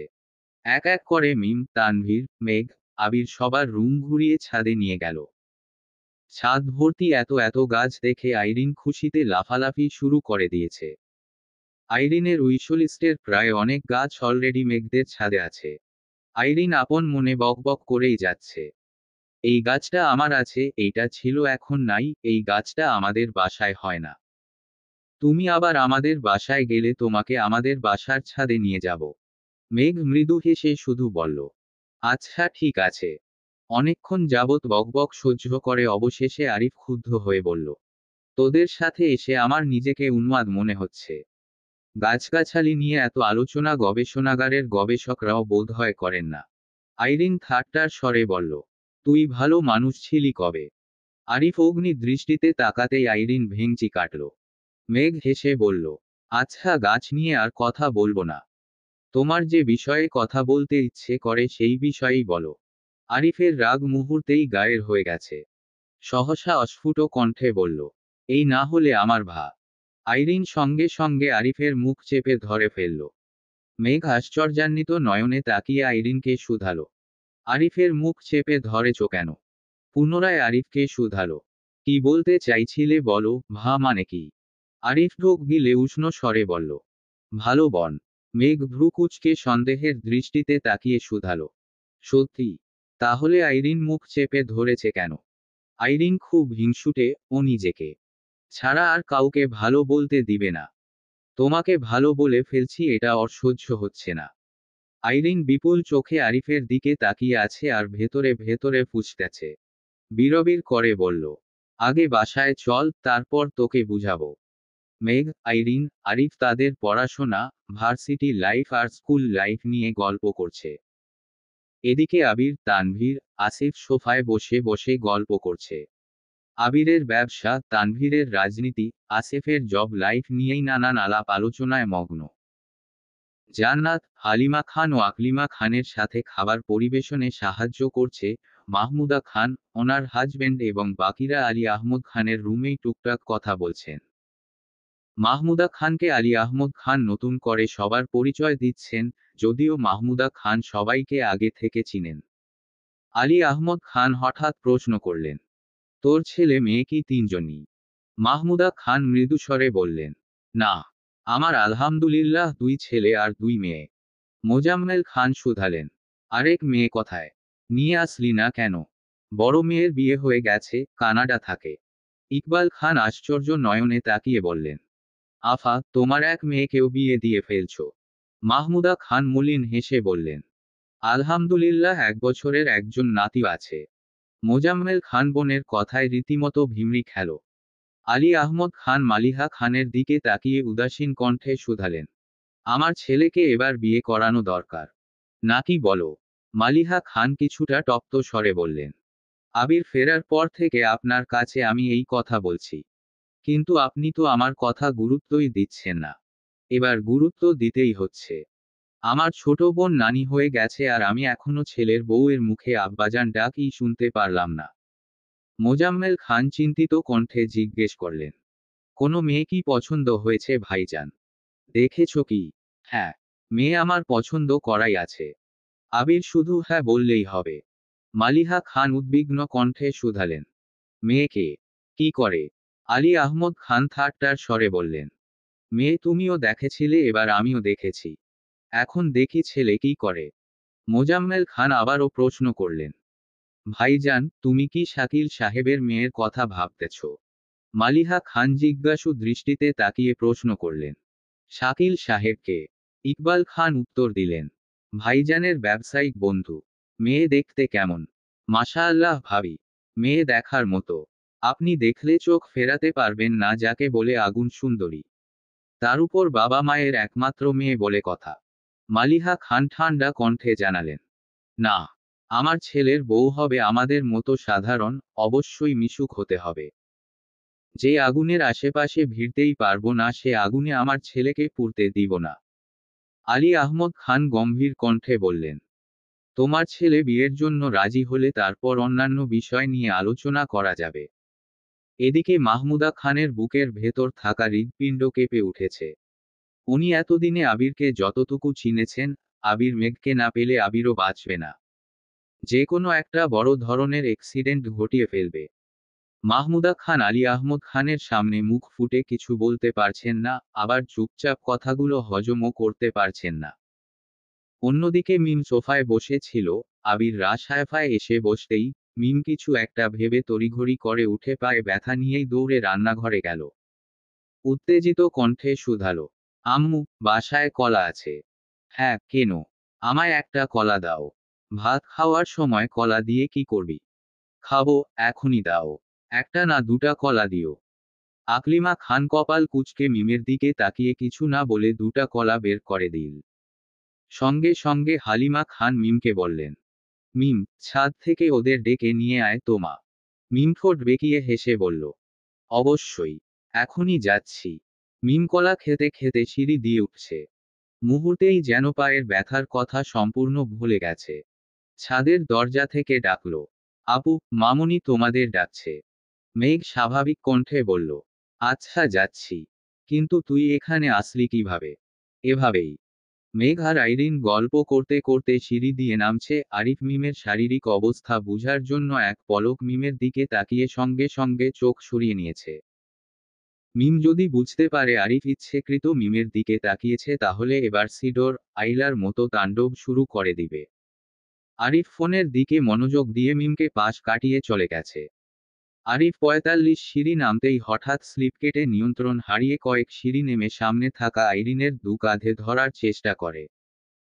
আরিফের ভর আইরিন নিতে না পেরে হুমড়ি খেয়ে পড়তে নেয়। মেঘ তাড়াতাড়ি আইরিনকে ধরে ফেলে। ততক্ষণে আরিফও নিজের শক্তি দিয়ে কোনোরকমে স্থির হয়েছে। পায়ের 23 জায়গায় ঘষা খাওয়ায় আরিফের পা জ্বলছে। সেদিকে না তাকিয়ে আরিফ পেছনে ফিরে তাকাতেই দেখল একটা সিঁড়িতে কলার বাকল অক্ষত অবস্থায় পড়ে আছে। এর আগের সিঁড়িটাতেই আরিফের পা পড়েছিল। মিম দুটা কলা খেয়ে পরপর 2 সিঁড়িতে বাকল ফেলেছে, যেন যেকোনো একটাতে আরিফ স্লিপ খায়। মেঘ আর আইরিন আগে নেমে যাওয়ায় এবং আরিফের মনোযোগ ফোনে থাকায় মিমের কাজে বেশ সুবিধা হয়েছে। আরিফ চোখ তুলে মিমের দিকে তাকাতেই মিম নিজের দুহাত ছেড়ে এমন ভাব নিল যেন সে বিশাল কিছু করে ফেলেছে। আরিফের রাগ হলেও সে প্রকাশ করল না। আইরিন নিজের মতো করে আরিফকে বকছে। আইরিন ভেবেছে আরিফ ইচ্ছে করে আইরিনকে ধাক্কা দিয়েছে। আরিফ সেসবে পাত্তা না দিয়ে মেঘদের পাশ কাটিয়ে নিচে চলে গেছে। মিম নেমে এসে উদ্বিগ্ন কণ্ঠে শুধালো, আইরিন আপু, তুমি কি ব্যথা পেয়েছো? মেঘ সন্দেহের দৃষ্টিতে মিমকে দেখেও কিছু বলল না। নিচে নামতেই দেখল সবাই খাবার টেবিলে বসা। আজ ডাইনিংয়ে আরও 5টা চেয়ার অ্যাড করাই জায়গা তুলনামূলক কম। ফুপ্পিদের পাশে 2টা চেয়ার ফাঁকা, আবিরের পাশের একটা চেয়ারও ফাঁকা। আইরিন তার মায়ের পাশে গিয়ে বসল।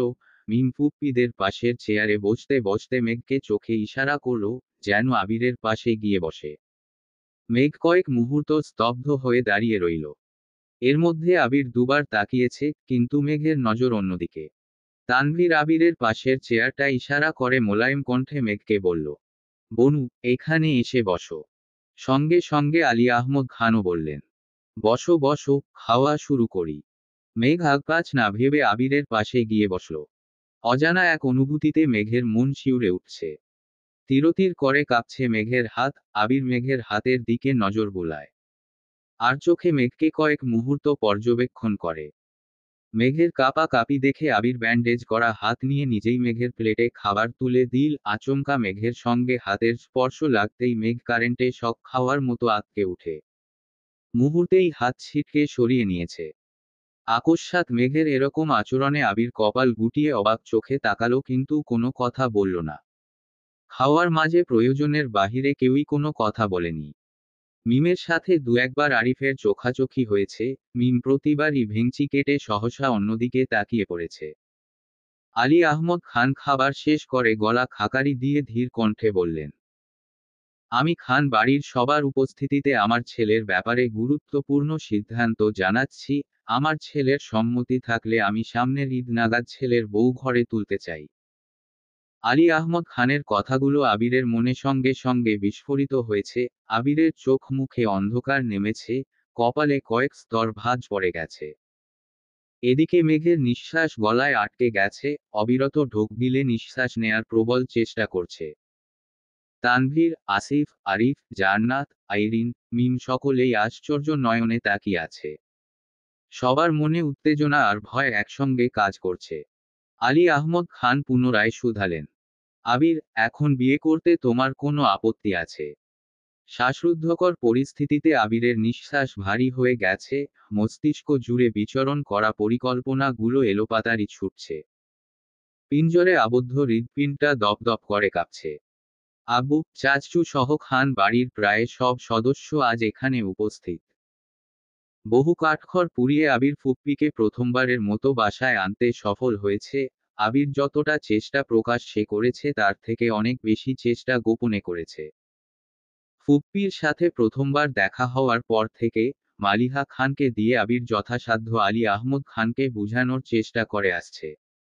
এতদিনে ভাই বোনের সম্পর্ক মোটামুটি ঠিক হতে শুরু করেছে। এমতাবস্থায় আবির কোনোভাবেই নতুন কোনো ঝামেলা চাচ্ছে না। বর্তমানে আবিরের অবস্থান অনুসারে মেঘের কথা বাসায় জানানো বা আব্বু চাচুর কাছে মেঘকে চাওয়ার মতো মিনিমাম যোগ্যতাও আবিরের নেই। আর যাই হোক, আবির মেঘের ব্যাপারে না শব্দ শুনতে নারাজ। এদিকে টেনশনে মেঘের হাত পা ঠান্ডা হয়ে গেছে।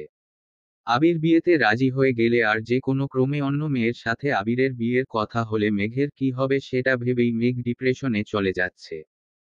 পাশাপাশি বসায় আবিরের দিকে ঠিকমতো তাকাতে পারছে না, আবিরের রিয়াকশনও বুঝতে পারছে না। কিছু মুহূর্তের জন্য খাবার টেবিলে পিনপতন নীরবতা চলল। অবশেষে আবির ছোট করে শ্বাস ছেড়ে গম্ভীর কণ্ঠে বলল, আমি আপাতত বিয়ের জন্য মানসিকভাবে প্রস্তুত না। আমি কি তোমাকে এখনই বিয়ে করতে বলছি নাকি? ঈদ পর্যন্ত সময় নাও, মানসিকভাবে প্রস্তুত হও। আবির আগপাছ না ভেবে বলে উঠল, সরি আব্বু, ঈদ নাগাদ সময়ে আমি নিজেকে গুছাতে পারবো না। আমার আরও সময় লাগবে। কতদিন? আগামী 1 বছর আমি বিয়ে নিয়ে ভাবছি না। আরও 1 বছর? তুমি বাড়িতে আসছো প্রায় 1 বছর হতে চলল। তাছাড়া তোমার বিয়ের বয়সও হয়েছে। তোমার আম্মু অনেকদিন যাবতই আমাকে বলছিল, আমার উচিত বাবা হিসেবে নিজের দায়িত্ব স্বীয়ভাবে পালন করা। কিন্তু আব্বু, আমি এখন কোনো অবস্থাতেই বিয়ে করতে পারবো না। বিয়ে করার মতো যোগ্যতা আমার এখনো হয়নি। কেন হবে না? যদি ইনকামের কথাও চিন্তা করি, তুমি প্রায় 89 মাস যাবত আমাদের পারিবারিক ব্যবসার পাশাপাশি নিজস্ব ব্যবসা সামলাচ্ছ। তোমার পার্সোনাল ইনকাম বাদ দিলাম, আমাদের কোম্পানি থেকে প্রতি মাসে তোমাকে যে স্যালারিটা দেয়া হয় আমি আশাবাদী তা দিয়ে তুমি তোমার বউ নিয়ে দিব্যি চলতে পারবে। প্রয়োজনে বিয়ের পর তোমার স্যালারি বাড়ানো হবে। ব্যবসার দায়িত্ব এখন তোমার কাজ, তোমার যা প্রয়োজন তার সবটাই তুমি নিতে পারো। এরপরও যদি সমস্যা মনে হয় তাহলে আমি তো আছিই। বিয়ের সম্পূর্ণ খরচ না হয় আমিই দিলাম। আবির মলিন হেসে বলল, আপনাকে অসংখ্য ধন্যবাদ এবং আমি আন্তরিকভাবে দুঃখিত। প্রয়োজনে 1 বছরের জায়গায় 2 বছর পর বিয়ে করব, তবুও বিয়ের জন্য আমি কারো কাছ থেকে 1 পয়সাও নিব না। মোজাম্মেল খান রাশভারী কণ্ঠে বলে উঠল, যদি টাকার জন্যই বিয়ে করতে সমস্যা হয় তাহলে তোমার আব্বুর বা আমার অ্যাকাউন্ট থেকে চাইলে তুমি তোমার প্রয়োজনীয় অ্যামাউন্ট ধার নিতে পারো। তারপর ধীরে ধীরে পরিশোধ করে দিও। তোমার আব্বু তোমাকে বিয়ে করাতে চাইছেন, তোমার রাজি হওয়া উচিত। মোজাম্মেল খান একটু থেমে পুনরায় বললেন, আর মেয়েটা তোমার অপরিচিত কেউ না। মোজাম্মেল খানের কথায় আবির আঁতকে উঠল। মুহূর্তেই মাথায় চিন্তারা ঘুরপাক খেতে শুরু করল। সহসা হৃৎস্পন্দন জোরালো হয়ে গেছে। মনের গহীনে একটা চিন্তা বার উকি দিচ্ছে। আব্বু চাচ্চু কি কোনোভাবে মেঘের কথা বলতে চাচ্ছেন? অন্যমনস্কতায় আবিরের ওষ্ঠ যুগল কিছুটা প্রশস্ত হল। নিপুণ কৌশলে আবির নিজের অল্পবিস্তর হাসিটাকে আড়াল করে গুরুতর কণ্ঠে শুধালো, কে সে? মোজাম্মেল খান অবলীলায় বলতে শুরু করলেন, শাকিল সাহেবকে তো তুমি চিনোই। ওনার মেয়ে সারাকেও নিশ্চয়ই দেখেছ, মাঝে মাঝে অফিসেও আসে। গতকাল তোমার অসুস্থতার কথা শুনে শাকিল সাহেব অফিসে আসছিলেন, তারপর নিজে থেকেই সারার সঙ্গে বিয়ের সম্বন্ধের কথা বলেছেন। যদিও ভাইজান তেমন কিছু বলেনি, বাসায় আলোচনা না করে ওনাকে কিছু জানানো ঠিক হবে না। বাসার সবারও তোমার মতামত থাকলে ওনাদের বাসায় দাওয়াত করা হবে। মেয়ে অপছন্দ হওয়ার মতো কিছু নেই, তারা আসলে এনগেজমেন্টটাও না হয় করে নেওয়া যাবে। সারার কথা শুনে আবিরের মেজাজ চরম মাত্রায় খারাপ হয়ে গেছে। মনের কোণে যে এক টুকরো সুখের আভাস উকি দিয়েছিল তা যেন মুহূর্তেই বিলুপ্ত হয়ে গেছে, পায়ের রক্ত মাথায় উঠে গেছে, গায়ের রক্ত টগবগ করে ফুটছে। মেঘ, তানভীর দুই ভাই বোনই অসহায় মুখ করে আব্বুর অভিমুখে চেয়ে আছে। মেঘ পাশে তাকিয়ে এক পলক আবিরকে দেখছে, পুনরায় এক পলক আব্বুকে দেখছে। উপস্থিত সকলের মনে অস্থিরতা। এতক্ষণ যাবৎ একটুর জন্য হলেও মনে হয়েছিল তারা আবিরের মতামত জানতে চাইবে, কিন্তু মোজাম্মেল খানের মুখে এনগেজমেন্টের কথা শুনে সকলেই থতমত খেয়ে গেছে। ফুপ্পিরা সকলে মুখ চাওয়াচাওয়ি করছে। সবাই সবার দিকে তাকালেও আবিরের দৃষ্টি প্লেটের দিকে স্থির। রাগে আবির দাঁতে দাঁত চেপে ধরেছে, কপালের দুপাশের শিরা উপশিরা গুলো দ্রুতগতিতে লাফাচ্ছে, গলার রোগগুলো ফুলে উঠেছে। সারা মেয়েটা ইদানিং ঘন ঘন অফিসে আসছিল, ওনাদের সাথে কোনো মিটিং বা যে কোনো আলোচনাতেই সারা শাকিল সাহেবের সঙ্গে আসতো। প্রথম দিন ফর্মালিটি করে আবির সারার সঙ্গে স্বাভাবিকভাবে কথা বলেছিল, 1 কাপ কফিও অফার করেছিল। মিটিংয়ে যাওয়ার আগে আবির কাউকে কফি দেওয়ার কথা বলেও গিয়েছিল। কিন্তু পরবর্তীতে ব্যস্ততার জন্য সারার সঙ্গে আর কোনো কথা হয়নি। সেই থেকে সারা প্রায়ই অফিসে আসতো, যেচে আবিরের সাথে কথা বলার চেষ্টা করত, আবির ব্যস্ততা দেখিয়ে সবসময় ইগনোর করত। সারা বেশ কয়েকবার আবিরের নাম্বারও চেয়েছে, কিন্তু আবির দেয়নি। সেই মেয়ের সঙ্গে বাবা চাচা আবিরের বিয়ের কথা ভাবছে, এতেই আবিরের মেজাজ তুঙ্গে। আবির মুখ ফুলিয়ে শ্বাস টানল, নিজেকে নিয়ন্ত্রণ করার শেষ চেষ্টা করল, দীর্ঘশ্বাস ছেড়ে কণ্ঠ 4 গুণ ভারী করে বলল, আমি বিয়ে করব না মানে করবই না। আগামী 1 বছর এই বাড়িতে কোনো প্রকার বিয়ের আলোচনা শুনতে চাই না। শাকিল সাহেবের মেয়েই হোক আর যে সাহেবের মেয়েই হোক, আজকের পর থেকে অফিসিয়াল কার্যক্রমের সদস্য ব্যতীত অফিসে যেন কোনো মেয়ে না আসে। আর অনুগ্রহ করে আমার বিয়ে নিয়ে আপনারা আলোচনা বন্ধ করুন। আলী আহমদ খান রাশভারী কণ্ঠে বললেন। তুমি কথা শেষ করতে তো দিবে। আব্বু, আমি আর কোনো কথা শুনতে বা বলতে চাচ্ছি না। তোমার কিছু বলার থাকলে বলতে পারো। আবির রাগান্বিত কণ্ঠে বলে উঠল। আপনারা আপনাদের সিদ্ধান্ত জানিয়ে এনগেজমেন্ট পর্যন্ত ফিক্সড করে ফেলছেন আর এখন আমার মতামত জানতে চাচ্ছেন। বাহ, অসাধারণ। মালিহা খান শান্ত স্বরে বললেন। আবির, আব্বুর সাথে এভাবে কথা বলছিস কেন? কথা বললেই তো বিয়ে হয়ে যায় না।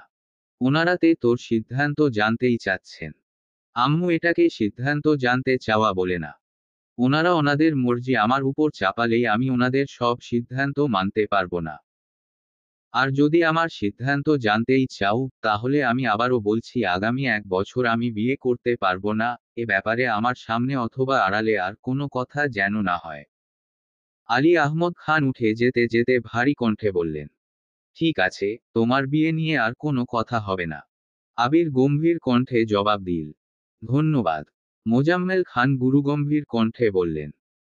ছেলে মেয়ে বড় হয়ে গেলে নিজের মর্জিতে চলতে চায়, বাবা মায়ের অবাধ্য সন্তান হয়ে যায়, বড়দের সিদ্ধান্ত তখন তাদের কাছে মূল্যহীন মনে হয়। কাউকে পরোয়া করে না। আবির ঠোঁট বেঁকিয়ে মনে মনে বিড়বিড় করে বলল। পারলে নিজের মেয়েকে আমার কাছে দেন বিয়ে, তারপর দেখুন আপনাদের সিদ্ধান্তের মূল্য দেয় কিনা। নিজের মেয়ের কথা তো একবারও বললেন না। কথাকার কোন মেয়েকে আমার ঘাড়ে গছিয়ে দিতে উঠে পড়ে লেগেছেন, তাতে রাজি হয়নি বলে আমি অবাধ্য সন্তান হয়ে গেছি। বাহ, শ্বশুর আব্বু, বাহ। আপনার মেয়েকে বিয়ে দিলে ঈদ পর্যন্ত অপেক্ষা করতে হবে না, আজ এই মুহূর্তেই বিয়ে করে ফেলব। মোজাম্মেল খান বিড়বিড় করতে করতে খাবার টেবিল ছেড়ে উঠে চলে গেছেন। আবির এক পলক চাচুর দিকে তাকালো, বিড়বিড় করে বলা কথার কিছুই আবির বুঝব না। চোখ ঘুরাতেই তানভীরকে চোখে পড়ল। আবির তানভীরকে দেখেই সিম্পলি স্মাইল দিল, তানভীরের মুখে গাম্ভীর্যতা লেগেই আছে। আবির ফুপ্পিদের দিকে তাকিয়ে স্বাভাবিক কণ্ঠে বলল। তোমরা খাচ্ছ না কেন? খাও খাও। সবাই স্তব্ধ হয়ে বসে আছে, শুধু আশপাশে চোখ বুলাচ্ছে। ইকবাল খান, মালিহা খান, আকলিমা খান উপস্থিত আছে বিধায় কেউ কিছু বলতে পারছে না। সবার মনমরা ভাব দেখে আবির ঠাট্টার স্বরে বলল। সামনের বছর আমার বিয়ে। তোমাদের সবার দাওয়াত, এখন থেকেই বিয়ের প্রিপারেশন শুরু করো। বিয়ে আমার ধুমধাম করেই হবে। আইরিন আর মিমকে উদ্দেশ্য করে বলল। তোরা ডান্স শেখা শুরু কর, আমার বিয়েতে ঠিকমতো নাচতে না পারলে তোদের খবরই আছে। আবিরের কথা শুনে সবাই না চাইতেও হেসে ফেলল। নিজের বিয়ের দাওয়াত নিজেই দিচ্ছে, আবার নাচার জন্য বোনদের রীতিমতো থ্রেট দিচ্ছে। এমন কাণ্ড একমাত্র আবিরই করতে পারে। আরিফ মজা করে বলল। ভাইয়া আমরা কি দোষ করেছি? ছেলে বলে কি আমরা নাচতে পারবো না? আবির হেসে বলল। অবশ্যই নাচবি, তোদের বেশ কিছু লুঙ্গি কিনে দিব। তখন সবগুলো মিলে লুঙ্গি ডান্স দিস। মালিহা খান তপ্ত স্বরে বললেন। আবির, তোর আব্বুর কথা। আবির গম্ভীর কণ্ঠে শুধু বলল। আম্মু। মালিহা খান ঠান্ডা কণ্ঠে বললেন। ঠিক আছে, ঠিক আছে। আমি আর কিছুই বলবো না। এই তো আমার লক্ষ্মী আম্মু। আলী আহমদ খান কিছুক্ষণ আগেই রুমে গেছেন। আলী আহমদ খানকে দেখতে মালিহা খানও এবার নিজের রুমে চলে গেছেন। আবির আর চোখে নিজের প্রেয়সীর দিকে এক নজর তাকালো। মেঘ মাথা নিচু করে ভাতের প্লেটে আঙুল বুলাচ্ছে। বাকিদের মুখে হাসি থাকলেও মেঘের মনে কালবৈশাখী ঝড় বইছে। আব্বু আর বড় আব্বু যেভাবে বিয়ের কথা বলছিল, আবির ভাই রাজি হলেই বিয়ে হয়ে যেত। এদিকে আবির ভাইয়ের মনে মেঘ আছে কি না এ বিষয়েও মেঘের মনে সন্দেহ আছে। মেঘের প্রতি আবিরের মনে ভালোবাসা নাকি ভালো লাগা, 1 বছর পর আদৌ আবির কি মেঘকে বিয়ে করবে, নাকি অন্য কোনো মেয়েকে বিয়ে করে ফেলবে, সেসব ভেবেই মেঘের মন আরো বেশি খারাপ হয়ে যাচ্ছে। মেঘের বার শুধু মনে হয় অনিশ্চিত ভবিষ্যতের পেছনে ছুটছে সে। আবিরের মনের কথা জানতে করা এক কর্মকাণ্ডে আবিরের এই অবস্থা হয়েছে। এখন সে কি করবে? মেঘের হাবভাব দেখে আবির মেঘের দিকে সরাসরি তাকালো। কণ্ঠ খাদে নামিয়ে মোলায়েম কণ্ঠে শুধালো। ভাতের প্লেটে আবার কি চাষ করবি? মেঘ বিস্ময় সমেত চোখ তুলে তাকালো। মোহনীয় সেই দৃষ্টি। ফুপ্পিরা আসবে শুনে মেঘ সকাল সকাল গোসল করে সাজুগুজু করেছিল, এখন সেই সাজ অনেকটাই বিন্ত হয়ে গেছে, তবুও আবির মেঘের চোখের গভীরে অক্লান্ত দৃষ্টিতে চেয়ে আছে। আশপাশ থেকে অন্যদের কণ্ঠস্বর কানে আসতেই আবির নড়েচড়ে বসল, চোখে চোখ রেখেই শান্ত স্বরে বলল, পারিপার্শ্বিক ব্যাপারে কান না দিয়ে চুপচাপ খাবার শেষ কর। মেঘ অসহায় দৃষ্টিতে আবিরকে পরখ করল, মনে মনে নিজেকে আওড়াল, মানুষটা এমন কেন? এত কিছুর পরেও একটা মানুষ এতটা স্বাভাবিক কিভাবে থাকতে পারে? মেঘ পুনরায় মাথা নিচু করে খাওয়ায় মনোযোগ দিল। খাবার টেবিলে তেমন কোনো কথা হলো না। খাওয়া দাওয়া শেষ করে ফুপ্পিরা কিছুক্ষণ গল্প করে বিকেলের দিকে বাসায় চলে গেছেন।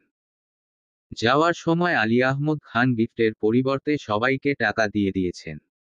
সন্ধ্যার পর পর মেঘ ঘুমিয়েছিল, সেই ঘুম ভেঙেছে রাত 11:30 নাগাদ। মেঘের ঘুম ভাঙতেই দেখল, ফুপ্পির নাম্বার থেকে দুটা কল, আরিফ আর জান্নাত আপুর নাম্বার থেকেও বেশ কয়েকটা কল আসছে, সেই সাথে আবিরের নাম্বার থেকে প্রায় 2 ঘন্টা আগে 3বার কল আসছিল। আবিরের নাম্বারটা চোখে ভাসতেই মেঘের বুকের ভেতর মোচড় দিয়ে উঠল, কানে বাজছে দুপুরে খাবার টেবিলের কথাগুলো, সেই সঙ্গে চোখের সামনে ভেসে উঠেছে বড় আব্বুর পায়ে ধরে ফুপ্পিদের কান্নার দৃশ্য। মেঘ শুয়ে রুমের ছাদের দিকে তাকিয়ে আছে আর হাবিজাবি ভাবছে, বেশ কিছুক্ষণ পর শোয়া অবস্থায় ফুপ্পিকে কল দিল। ফুপ্পির সাথে কিছুক্ষণ কথা বলল, মনের অবস্থা ভালো না বলে বেশি কথাও বলল না। আরো ঘণ্টাখানেক চুপচাপ বেকুনিতে দাঁড়িয়ে আকাশের পানে তাকিয়ে রইল, কি ভাবছে, কেন ভাবছে তার সবটাই অজানা। এর মধ্যে দুইবার রুম থেকে বেরিয়ে বেলকনি পর্যন্ত গিয়েও সে, কিন্তু বাড়ির পরিবেশ বেশ নীরব, কেউ কোথাও নেই, প্রতিদিনের মতোই ড্রয়িং রুম, শুধু একটা বাল্ব জ্বলছে। ড্রয়িং রুম পেরিয়ে আবিরকে দেখতে যাওয়ার সাহস ছোট্ট মেঘের হচ্ছে না, তাই দুবারই রুমে ফিরে আসছে। আবিরের নাম্বারে একবার কলও দিয়েছিল, আবির কল রিসিভ করেনি। প্রায় ঘণ্টাখানেক রুমে পায়চারি করার পর অবশেষে মেঘ বুকে সাহস নিয়ে আবিরের রুমের দিকে পা বাড়ালো। মেঘ উপরে থাকাকালীন এত বছরে আজ অবধি ভয়ে রাতের বেলা নিচে নামেনি। পানি সহ প্রয়োজনীয় সব জিনিস সন্ধ্যের আগেই রুমে নিয়ে আসে। আবিরকে দেখার জন্য মেঘ এত রাতে ভয় ভয় নিচে নামছে। রুমের দরজা ধাক্কা দিতেই মৃদু আলোতে আবিরের ঘুমন্ত ধৃষ্টতা ভেসে উঠল। মেঘ ধীর গতিতে রুমে প্রবেশ করল। নিস্তব্ধ আখিতে বেশ কিছু সময় আবিরকে পরখ করল। বৈদ্যুতিক পাখার বাতাসে আবিরের চুলগুলো উড়ছে, গাল ভর্তি দাড়িগুলো অনেকটাই বড় হয়ে গেছে, সেই সাথে অতিরিক্ত দুশ্চিন্তার কারণে শ্যামবর্ণের চেহারা তামাটে বর্ণ ধারণ করেছে। মেঘ অনেকক্ষণ দাঁড়িয়ে থেকে আচমকা বিছানার পাশে ধপ করে ফ্লোরে বসে পড়ল। মাঝরাতে নিস্তব্ধ পরিবেশে বাসার পাশে গাছের ঢালে দুটা পাখির কিচিরমিচির শব্দ ব্যতীত আর কোনো শব্দ নেই। আকস্মাৎ আবিরের ঘুম ভেঙে গেছে। অনুভব করে একজোড়া তুলতুলে হাত আবিরের এক হাত আঁকড়ে ধরে রেখেছে। আবিরের হাতের আঙুলগুলো কোমল গাল স্পর্শ করে রেখেছে। আবিরের অনুভূতিরা জানান দিচ্ছে আবিরের প্রেয়সী আবিরের হাতকে আষ্টেপৃষ্ঠে জড়িয়ে রেখেছে। সবই ঠিক ছিল, কিন্তু মেঘের হঠাৎ কান্না সবকিছু এলোমেলো করে দিয়েছে। প্রথম দিকে আস্তে ধীরে কাঁদলেও ধীরে ধীরে মেঘ নিজের উপর নিয়ন্ত্রণ হারিয়ে ফেলছে। মেঘের নিরবচ্ছিন্ন কান্নায় চোখ বেয়ে গড়িয়ে পড়া পানিতে মেঘের গালে রাখা আবিরের আঙুলগুলো ভিজে গেছে। মেঘের কান্নার শব্দে আবিরের বুকের ভেতর তোলপাড় চলছে। মাঝরাতে মেঘ কেন কাঁদছে, কেউ কিছু বলল কি না, আগে আবিরের কল কেন রিসিভ করল না, সেসব ভেবে আবির অস্থির হয়ে যাচ্ছে। এদিকে মেঘের কান্না থামার কোনো নাম নেই। মেঘের হাতে থাকা আবিরের আঙুলগুলো তিরতির করে কাঁপছে। মেঘ কান্নার জন্য তা বুঝতেই পারছে না। আবির কাতর স্বরে মনে মনে বলল, মেঘ, তুই এভাবে কাঁদিস না প্লিজ। তোকে কিভাবে বুঝায়, তুই কাঁদলে যে আমার ভেতরটা পুড়ে ছারখার হয়ে যায়। তুই জানিস না, তোর চোখ থেকে এক ফোঁটা পানি ঝরলে এই আবিরের হৃদয় থেকে কত ফোঁটা রক্ত ঝরে। তোর কান্না দেখলে খুন না করেও নিজেকে খুনি মনে হয়। তোর কাছে থেকেও আজ আমি বহুদূরে, তোকে ছোঁয়ার অধিকার থাকা সত্ত্বেও আজ আমি বড্ড অসহায়। মেঘ আপনমনে কেঁদেই চলেছে। মাঝরাতে আবির মেঘকে কি বলবে? মেঘকে ডাকলে মেঘ অস্বস্তিতে পড়ে যাবে।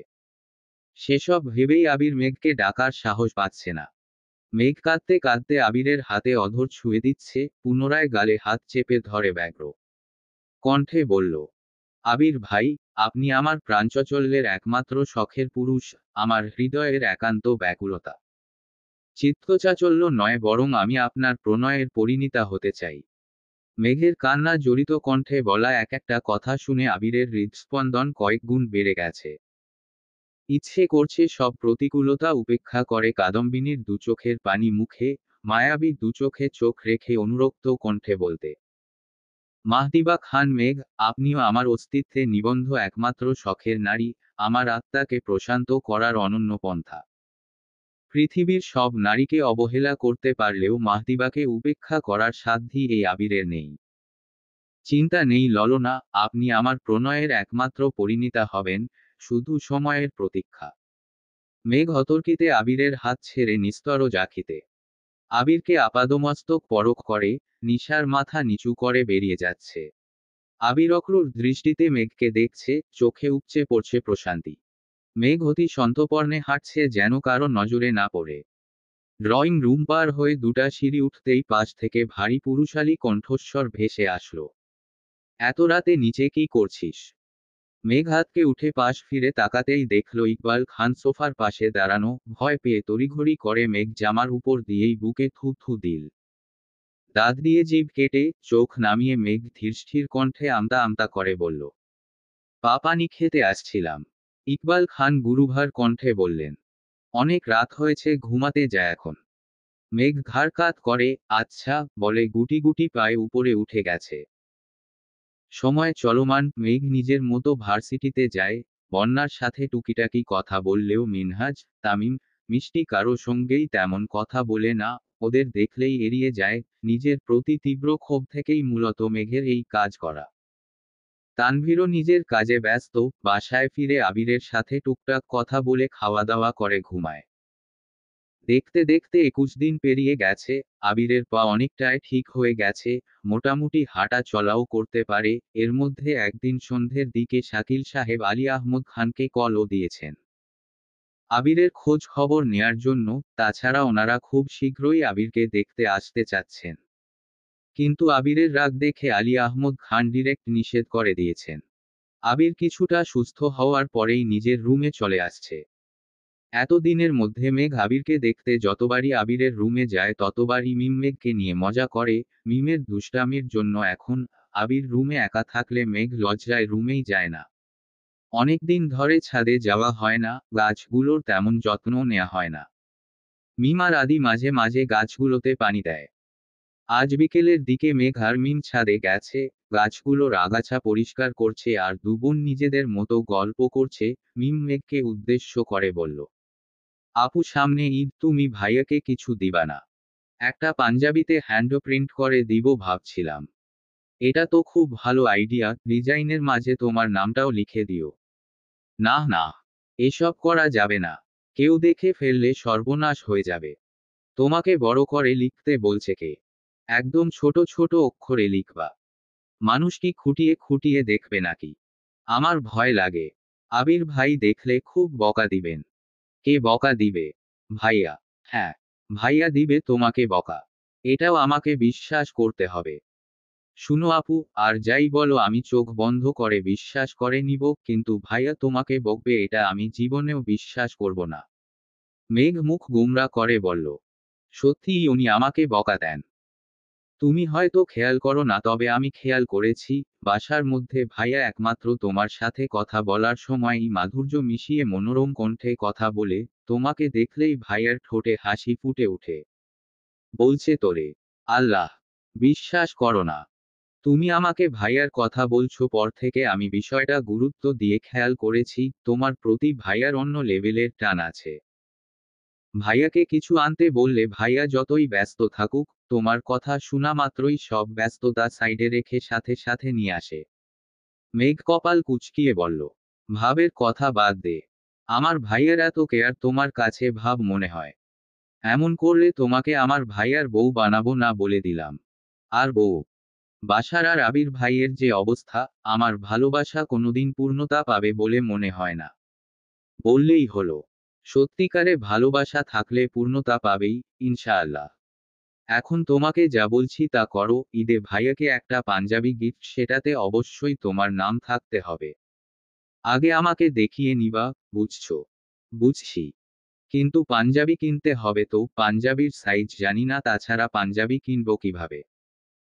ভাইয়াকে দেখেছিলাম নিচে গেছে, তুমি এখন ভাইয়ার রুমে যাও, ভাইয়ার পাঞ্জাবি থেকে সাইজটা দেখে আসো, আমি বাহিরে পাহারা দিব। ভাইয়া আসলেই তোমাকে ডাকবো।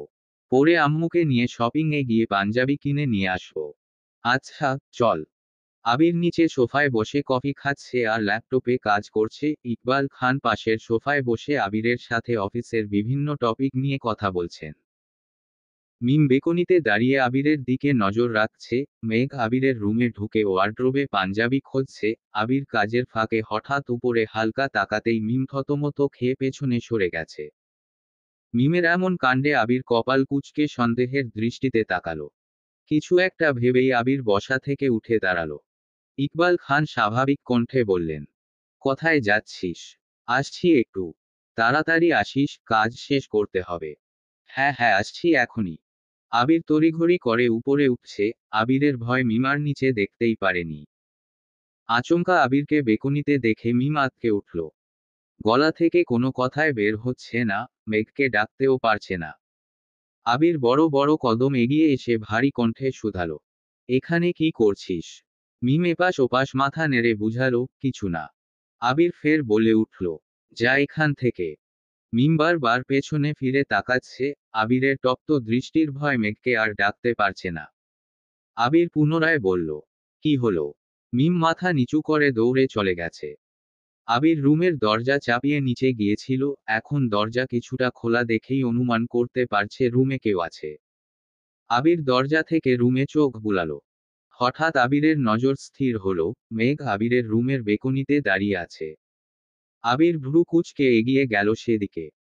বেকনিতে আবির আর মিমের কথোপকথন শুনেই মেঘ তাড়াতাড়ি পাঞ্জাবি লুকিয়ে কি করবে বুঝতে না পেরে বারান্দায় চলে গেছে। আবির গুরুতর কণ্ঠে শুধালো, আমার রুমে কি করছিস? মেঘ নিশ্চুপ থেকেই আবিরের পাশ কেটে চলে যেতে নিল। আবির আবারও প্রশ্ন করল, আমার রুমে কেন আসছিলি? তাও আবার পাহারাদার রেখে? মেঘ ভয় ঢোক গিলে ধীর কণ্ঠে বলল, এমনি আসছিলাম। মেঘ চলে যেতে নিলেই আবির মেঘের হাত চেপে ধরে। মেঘ আতঙ্কিত নয়নে তাকিয়ে বলল, ছাড়ুন, যাব। রুমে কেন আসছিলি সেটা বল, তাহলে ছেড়ে দিব। মেঘ আমতা আমতা করে বলল, আপনারা রুমে আসা কি নিষেধ? নিষেধ কেন হবে, তোর যখন ইচ্ছে রুমে আসবি, কিন্তু পাহারাদার কেন বাহিরে থাকবে? কি করতে আসছিলি বল? চুরি করতে আসছিলাম। হয়েছে। আবির অন্যমনস্ক হয়ে বলল, আর কি চুরি করার বাকি আছে? মানে? আবির মেঘের হাত ছেড়ে মুচকি হেসে বলল, আমার রুমে কি এমন জিনিস আছে যা তোর চুরি করে নিতে হয়? তোর কি লাগবে নিয়ে যা। মেঘ মনে মনে বিড়বিড় করে বলল, সম্পূর্ণ আপনিটাকেই আমার লাগবে, কিভাবে নিব বলুন। আবির কিঞ্চিত হেসে বলল, কি হলো? কিছু খুঁজে পাচ্ছিস না? মেঘ কপাল গুটিয়ে রিনিঝিনি হেসে আবিরের দিকে তাকিয়ে শীতল কণ্ঠে বলল, আমি যা নিতে চাই তা আপনাকে দেখিয়ে নিতে পারবো না।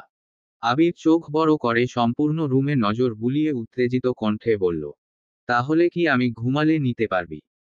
মেঘ ছোট করে ভেংচি কেটে বিড়বিড় করতে করতে চলে যাচ্ছে। আবির ঠোঁট কামড়ে হাসছে। মেঘ দরজা পর্যন্ত গিয়ে থমকে দাঁড়ালো। কয়েক পা পিছিয়ে দরজার পাশে দেয়ালে তাকালো। দেয়ালে একটা হাতের ছাপ দেখে মেঘের নজর স্থির হলো। সরু নেত্রে খেয়াল করলো, হঠাৎ মনে পড়ে গেল প্রায় 23 মাস আগে রুমে রং করার ঘটনা। ভেজা রঙে মেঘের হাতের ছাপ পড়েছিল, সেই ছাপ শুকিয়েছে বহুদিন আগেই, দরজার আড়ালে ছিল বলে আজ পর্যন্ত মেঘের চোখে পড়েনি। আজ দরজাটা চাপানো ছিল বিধায় মেঘের নজর আটকেছে। মেঘ আবিরের দিকে তাকিয়ে উদ্বিগ্ন কণ্ঠে বলল, এই দাগটাতে রং করাননি কেন? মেঘের কণ্ঠে আবির পেছনে ফিরে তাকিয়েছে। মেঘের দৃষ্টি খেয়াল করে নিজেও সেদিকে তাকালো। আবির মুখের ভঙ্গি স্বাভাবিক রেখে বলল, লোকের কি খেয়ে কাজ নেই, তুই নষ্ট করবি আর তারা বারবার রং করবে। বারবার করবে কেন? একবারই তো নষ্ট করেছি, তাও পড়ে গেছিলাম বলে। আবির উদাসীন কণ্ঠে বলল, বেরনিন জীবনে রুমে রং করে আর কি হবে? মেঘ প্রখর নেত্রে আবিরের দিকে তাকিয়ে আকস্মাৎ বলে উঠল, আমার কাছে রং আছে, আমি এখনই নিয়ে আসছি। হাতের ছাপ মুছে সুন্দর ডিজাইন করে দিব। আবির বিরক্তি ভরা কণ্ঠে বলল, যেভাবে রুমে আসছিলি সেভাবে বেরিয়ে যা, আমার রুম যেমন আছে তেমনই থাকবে, মাতবরি করে নষ্ট করতে হবে না। মেঘ কণ্ঠ খাদে নামিয়ে মৃদুস্বরে বলল, বিশ্বাস করুন নষ্ট করব না। সুন্দর লাগবে। আবির রাগান্বিত কণ্ঠে বলল, মেঘ, কথা বললে কথা শুনবি না? শুনবো। তাহলে যা এখান থেকে। আমার অনুমতি ব্যতীত আমার রুমের কোনো জিনিস যদি এদিক সেদিক হয়, সেই কাজ যেই করে থাকুক না কেন, তার দায়ভার কিন্তু তোর হবে। So be careful. মেঘ মাথা নিচু করে দাঁড়িয়ে আছে। নিচ থেকে ইকবাল খান আবিরকে ডাকছেন। আবির এগিয়ে গিয়ে মেঘের মাথায় হাত বুলিয়ে অনুগ্র কণ্ঠে বলল, সারা রাত ভাবেন, আগামীকাল আমার রুমের দুটা দেয়াল আপনাকে ডিজাইন করে দিতে হবে। ডিজাইন ভালো না হলে? না হলে কি? সেটা না হয় কালকেই বুঝাবো। আবির রুম থেকে বেরিয়ে গেছে। মেঘ দেয়ালের হাতের ছাপের দিকে একবার তাকালো, আবার পাশের দুটা দেয়ালের দিকে তাকিয়ে দেখল। তারপর রুম থেকে বেরিয়ে সোজা মিমের রুমে ঢুকলো। মিম বিছানায় বসে চোখ বন্ধ করে, আমাকে বাঁচাও, আমাকে বাঁচাও বলতেছে। মেঘ মিমকে আলতো চাপড় মেরে বলল, আমাকে বিপদে ফেলে নিজে বাঁচাও বাঁচাও করছিস? লজ্জা লাগে না তোর? লজ্জার যেমন বয়স নাই তেমনি মাইর খাওয়ারও বয়স নাই। ভাইয়া যেভাবে তাকাইছিল, ভয় আমার গলা শুকিয়ে গেছিল। তোমাকে কিভাবে ডাকবো? কথায় আছে, জান বাঁচানো ফরজ। মেঘ রাগী ভাব নিয়ে বলল, তুই বিপদে পড়লে আমিও বলল, জান বাঁচানো ফরজ। মিম আহ্লাদি কণ্ঠে বলল, আপু সরি। মেঘ ভেঙচি কেটে চলে গেছে। মিম পেছনে পেছনে আপু আপু ডাকছে। আলী আহমদ খান আজ ফজরের নামাজ পড়ে বাসায় এসে পড়েছেন। সোফায় হেলান দিয়ে চুপচাপ বসে আছেন। সচরাচর নামাজ শেষে ঘণ্টাখানেক হাঁটাহাঁটি করে তারপর বাসায় ফিরেন, তবে আজ শরীর খারাপ লাগছিল বলে হাঁটতে যাননি। আবির বাসায় ফিরে আব্বুর সাথে একটু কথা বলে নিজের রুমে চলে গেছে। আবিরের পা মোটামুটি ঠিক হলেও শরীর এখনো বেশ দুর্বল। এজন্য আলী আহমদ খান আবিরকে অফিসে যেতে দেন না। বাসায় থেকে যতটা সম্ভব কাজ করে, বাকি সব কাজ ইকবাল খানরাই সামলায়। ইদানিং আবিরের ঘুম ভাঙার পর মেঘের যত্ন শুরু হয়। পা ঠিক হওয়ার পর থেকে আবির নামাজ পড়তে মসজিদে যায়। নামাজ থেকে ফিরতেই টেবিলের উপর কফি সাথে ইউনিক কিছু নাস্তা সাজানো থাকে। মেঘ তাহাজ্জুদের নামাজ শেষ করেই রান্না করতে যায়। আবির আর নিজের জন্য অল্প স্বল্প নাস্তা রেডি করে নিজের রুমে লুকিয়ে রাখে। আবির নামাজে গেলে চুপি চুপি আবিরের রুমে নাস্তা রেখে নিজের রুমে চলে আসে। আবির সব বুঝতে পেরেও মেঘকে কিছু বলে না, অবশ্য কিছু বলতেও ইচ্ছে করে না। আবির তার কাদম্বিনীর অতিরিক্ত যত্নে দিনকে দিন মেঘের প্রতি এতটাই আসক্ত হয়ে পড়ছে যা কোনোভাবেই কাটাতে পারছে না, নিজের প্রতি নিয়ন্ত্রণ হারিয়ে ফেলছে। আবির অ্যাক্সিডেন্ট করার পর থেকে আবিরের প্রতি মেঘের দায়িত্ববোধ কয়েক গুণ বেড়ে গেছে, সেই সাথে বুদ্ধিও বেড়েছে। এখন আর আগের মতো বাসার মানুষদের সামনে পাগলামি করে না, আবির কিছু বললে একবারেই মেনে নেয়, মুখের উপর প্রশ্নও করে না। আবির প্রতিদিনের মতো আজও রুমে এসে টেবিলে নাস্তা রাখা দেখে নিঃশব্দে হাসল। নাস্তা শেষ করে আবারও ঘুমিয়ে পড়ল। মেঘ নিজের রুমে নাস্তা করে পড়তে বসেছে। নিচে আলী আহমদ খান সোফায় চোখ বন্ধ করে বসে আছেন। মালিহা খান কয়েকবার জিজ্ঞেস করেছেন কোনো সমস্যা কিনা, কিন্তু উনি কিছুই বলেননি। অনেকক্ষণ পর ইকবাল খান বাজার নিয়ে বাসায় ফিরেছেন। ভাইজানকে মনমরা হয়ে সোফায় এভাবে বসে থাকতে দেখে ইকবাল খানও সোফায় গিয়ে বসলেন, শান্ত স্বরে শুধালেন, ভাইজান, তুমি কি কোনো বিষয় নিয়ে চিন্তিত? না, তেমন কিছু না। মনে হচ্ছে কোনো কিছু নিয়ে টেনশন করছো, আমায় বলো। কি বলবো বল? আবিরের ছন্নছাড়া আচরণগুলো আমাকে খুব ভাবাচ্ছে। নিজের মতো ব্যবসা করতে চাইছিল, সেখানে আমি জোর করে ওকে আমাদের ব্যবসায় জড়িয়েছি। আদতে ওর মনে কি চলছে তাও বুঝতে পারছি না। ভেবেছিলাম ওকে বিয়ে করাতে পারলে দুশ্চিন্তাটা অনেকটা কমে যাবে, কিন্তু ও বিয়েও করবে না বলে দিল। একমাত্র ছেলে, এত বছর দূরে ছিল, বাসায় ফেরার পর যেন দূরত্ব আরও বেড়ে গেছে। আবিরকে কিছু বলতেও পারি না, বলার আগেই ওর মা কান্নাকাটি শুরু করে দেয়। ইকবাল খান মলিন হেসে বললেন, ভাইজান তুমি শুধু শুধু টেনশন করছো। দরকার হলে আমি আবিরের সাথে আবার কথা বলবো। আপাতত কিছু বলার প্রয়োজন নেই। কিছুদিন আবিরকে ওর মতো করেই থাকতে দে।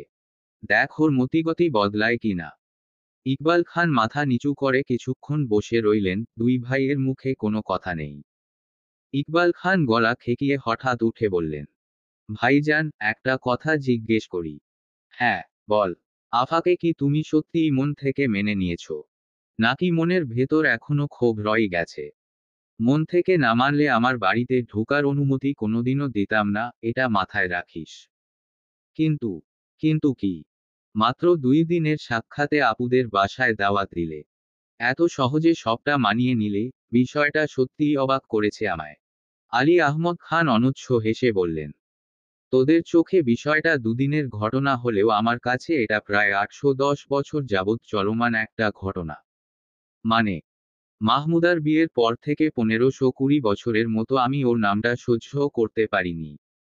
কত রাত ওদের উপর রাগ করে না খেয়ে ঘুমিয়েছি তার হিসেব নেই। আগে প্রতি বছর ঈদে বা অন্যান্য সময় বেড়ানোর জন্য প্রায় এই গ্রামে যেতাম, কিন্তু ওই ঘটনার পর থেকে গ্রামে গেলে আমার পরিবারের নামে আজেবাজে কথা শুনতে হতো, তার জন্য বাধ্য হয়ে গ্রামের সাথে যোগাযোগ পুরোপুরি বন্ধ করে দিয়েছিলাম। নিজের সাজানো সংসারকে বাঁচাতে বাধ্য হয়ে সব ছেড়েছিলাম, এমনকি ঈদেও বাড়িতে পা দেয়নি। সময় আর বয়সের সাথে সাথে অনেক কিছু বদলাতে শুরু করে, কিন্তু আমি আমার নীতি থেকে সরতে পারিনি। হঠাৎ একদিন একটা অপরিচিত নাম্বার থেকে কল আসে। কথা বলে জানতে পারি সে আমাদের গ্রামের মেম্বারের ছোট ভাই মাইদুল। পড়াশোনা শেষে যশোরে চাকরির পোস্টিং হওয়ায় সেখানে যায়। ওইখানে মাহমুদাদের দেখে আমার ফোন নাম্বার সংগ্রহ করে সে আমায় ফোন দিয়ে জানিয়েছে। আমি সেদিন আমার আবেগকে নিয়ন্ত্রণ করতে পারিনি, ওর নামটা শুনে মুখের উপর কল কাটতে পারিনি। বোনের প্রতি দুর্বলতায় মাইদুলের বলা সব কথাই শুনেছিলাম। তারপর থেকে মাইদুল মাঝে মধ্যে কল দিয়ে মাহমুদাদের খোঁজখবর জানাতো, কখনো কখনো আমিও কল দিতাম। ওদের ঢাকা আসার খবরও আমি আগেই পেয়েছিলাম, এমনকি আমি মাহমুদা আর ওর মেয়ে আইরিনকে আমি আগেও 23 বার দেখেছি। এতদিন আমাদের কিছু জানাওনি কেন? কিভাবে জানাতাম? আর কিই বা জানাতাম? তুমি আফাকে সত্যি মাফ করেছো?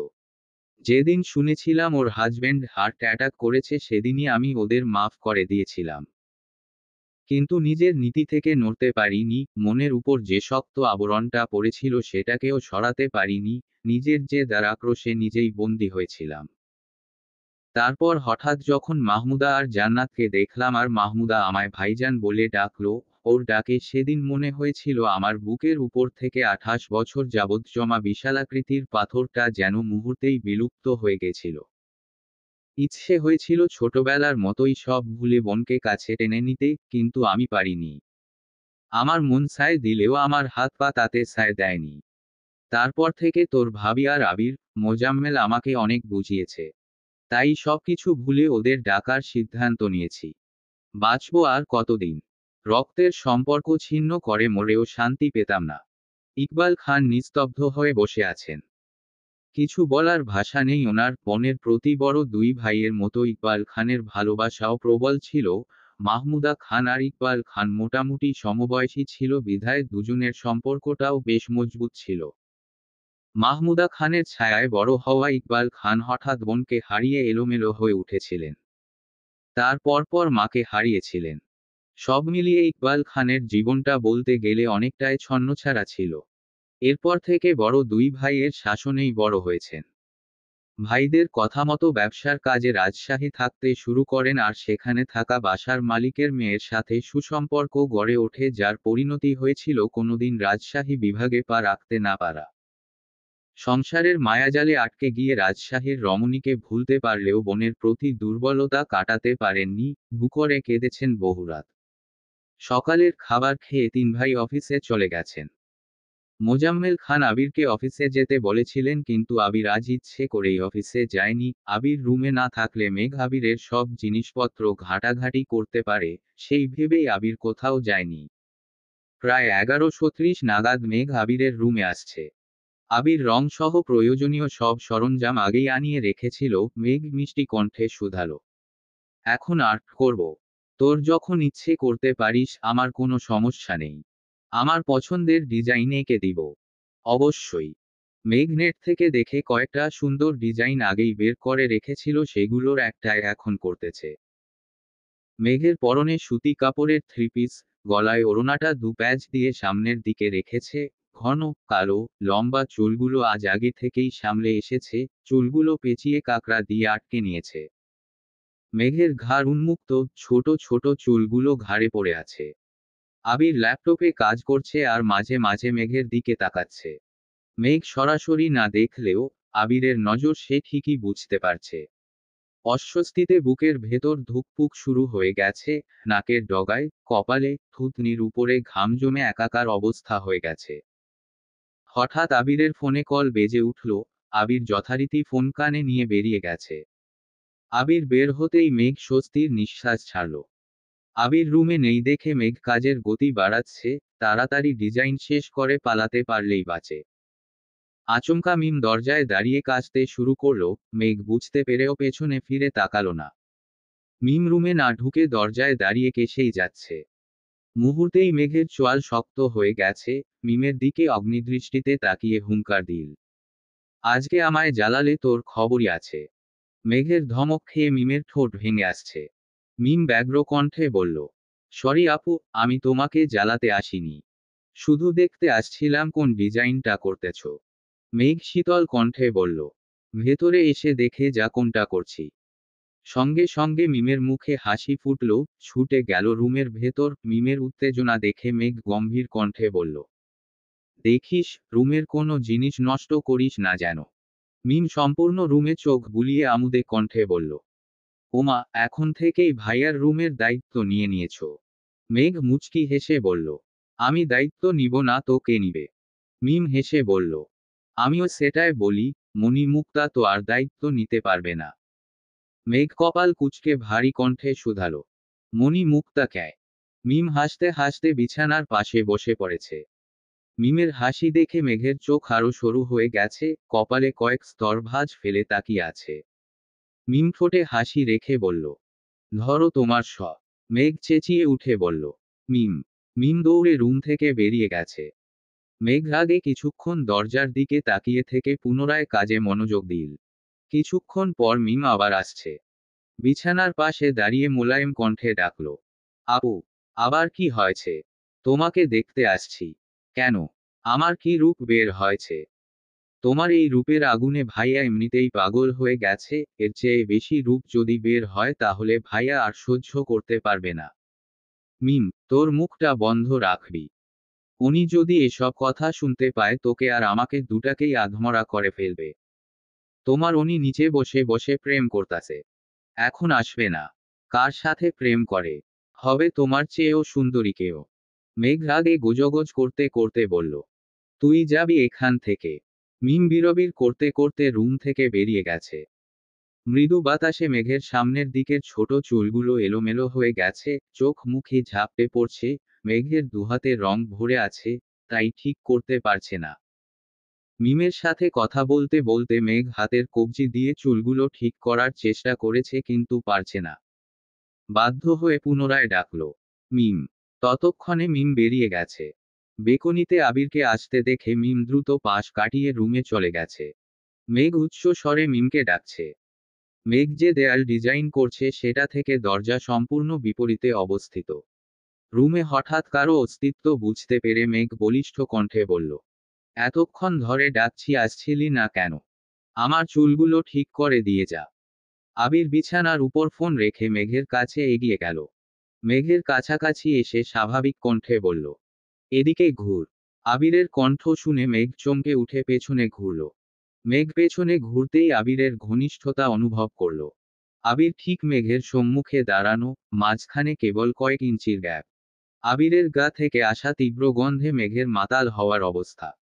শ্বাসরুদ্ধকর পরিস্থিতি সামলাতে মেঘ ঢোক গিলে উষ্ণ কণ্ঠে বলল, সরি, আমি ভেবেছিলাম মিম আসছে।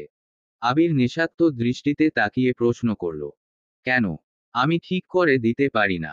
মেঘের হৃৎস্পন্দন কয়েক গুণ বেড়ে গেছে। বুকের ভেতর তোলপাড় শুরু হয়ে গেছে, মস্তিষ্কের নিউরনে অনুরণন হচ্ছে, শ্বাসনালীতে তুফান, গলা শুকিয়ে কাঠ। উত্তর দেয়ার মতো অবস্থা নেই। জানালা দিয়ে আসা আনুম্র পবনে মেঘের ছোটবড় চুলগুলো দুলল বাতাসে। দু একটা চুল চোখে লাগতেই মেঘ চোখ বন্ধ করে ফেলল। চোখ বন্ধ রেখেই মেঘ চুল সরানোর জন্য রঙে রাঙানো হাত তুলল। আবির সহসা মেঘের হাতের কবজিতে ধরে থামিয়ে দিল। আবিরের স্পর্শে মেঘ আবারও চমকে উঠে। মেঘ হতভম্ব হয়ে তাকালো। কয়েক মুহূর্ত নিগুড় দৃষ্টিতে ড্যাব ড্যাব করে তাকিয়ে রইল। মেঘের এক হাত আবিরের হাতে বন্দি, বাতাসের হাত থেকে চোখকে বাঁচাতে মেঘ এবার অন্য হাত তুলতে নিল। মেঘের আগে আবিরই নিজের অন্য হাত দিয়ে মেঘের কপালে 2 আঙুল ছুঁয়ে কপাল থেকে চুল সরিয়ে কানে গুঁজে দিতে লাগত। আবিরের অনমনীয় হাতের স্পর্শে মেঘের ভেতরটা ছটফট করছে। আবেশে মেঘের 2 চোখ বন্ধ হয়ে গেছে। আবির খুব যত্ন সহকারে 2-3 বারে চুল সরানোর চেষ্টা করল। মেঘ নিজেকে সামলে আচমকা চোখ মেলল, নিজের মনের বিরুদ্ধে সর্বোচ্চ শক্তি দিয়ে উচ্চস্বরে বলল, ছাড়ুন আমায়। আবির গম্ভীর কণ্ঠে বলল, ছাড়তেই যখন বলবি তবে এত আকৃষ্ট করিস কেন আমায়? আবিরের কথা শুনে মেঘ বিপুল চোখে তাকালো। আবিরের বিশ্রান্ত চাহনিতে মেঘের অনুভূতির আকাশ জুড়ে প্রজাপতিরা ডানা মেলে উড়তে শুরু করেছে। মেঘের আদলে লেপ্টে আছে প্রমত্ততা, মনে অনুরাগের সুর বাজছে। মেঘের বয়ঃসন্ধির প্রথম প্রেম আবির ভাই। সেই আবির ভাইয়ের ঘনিষ্ঠতা উন্মাদ করে তুলছে মেঘকে। আবিরের বলিষ্ঠ ব্যক্তিত্ব বহুদিন আগেই মেঘের মনকে ফুরবল করেছিল। আবির ভাই নামক অসুখ বাসা বেঁধেছিল ছোট্ট মেঘের মনে। যে অসুখ সারানোর ঔষধ আজও আবিষ্কৃত হয়নি। আবির নিরেট দৃষ্টিতে মেঘকে দেখেই যাচ্ছে। মেঘ বৃহৎ আখিতে তাকিয়ে আছে আবিরের চোখের দিকে। কারো মুখে কোনো শব্দ নেই। মেঘ ঘোরের মধ্যে থেকেই আকস্মাৎ পেছনে চলে যাচ্ছে। 2 থেকে 3 কদম পেছাতেই আবিরের হাতে থাকা মেঘের হাতটা টান পড়ে, অমনি আবিরের মনোযোগে বিঘ্ন ঘটে। দেয়াল ভর্তি ভেজা রং, মেঘ বেখেয়ালি ভাবে পেছাচ্ছে দেখে আবির মেঘের হাতের কবজি ধরে টান দিতেই মেঘের ছোট্ট দেহ আবিরের পেট আর বুকের মাঝামাঝি অবস্থানে ধাক্কা লাগে। আচমকা আক্রমণে মেঘের গা কেঁপে উঠল। মেঘের দৃষ্টি আবিরের বুকের দিকে। আবির দীর্ঘ নিঃশ্বাস ছেড়ে তপ্ত স্বরে বলল, কারো প্রণয়ের পরিণীতা হতে চাইলে তার অনুষঙ্গের নিগুড়তা সহ্য করার প্রবলতা থাকতে হবে। অনাড়ম্বরে কাঙ্ক্ষিত অভিলাষ অপূর্ণ থেকে যাবে। মেঘ কোনোভাবেই ধাতস্থ হতে পারছে না। হতবিহ্বলতায় মেঘের মুখ ফ্যাকাশে হয়ে গেছে। মেঘের মনে একটা প্রশ্ন আচমকা আঘাত হানল। ওই দিন রাতে কি আবির ভাই সজাগ ছিল? তবে কি আমার সব কথা শুনে ফেলেছেন? লজ্জায় মেঘের চিবুক নেমে গেছে। আহত দৃষ্টিতে তাকিয়ে আছে আবিরের হাতে বন্দি নিজের হাতটার দিকে। নিজেকে বাঁচানোর আর কোনো উপায় নেই। দিশাহারা হয়ে আবিরের কাছ থেকে কিছুটা পিছিয়ে আসলো। আচমকা আবির মেঘের হাত ছেড়ে তড়িৎ বেগে মেঘের কোমল অনিজু কোমর আঁকড়ে ধরল। অমনি মেঘের মেরুদণ্ড সোজা হয়ে গেছে। আবির এক টানে মেঘকে নিজের সঙ্গে মিশিয়ে ফেলল। মেঘ প্রখর নেত্রে তাকালো আবিরের দিকে, চোখ দুটা রসগোল্লার মতো বড় হয়ে গেছে, নিঃশ্বাস গলায় আটকে গেছে।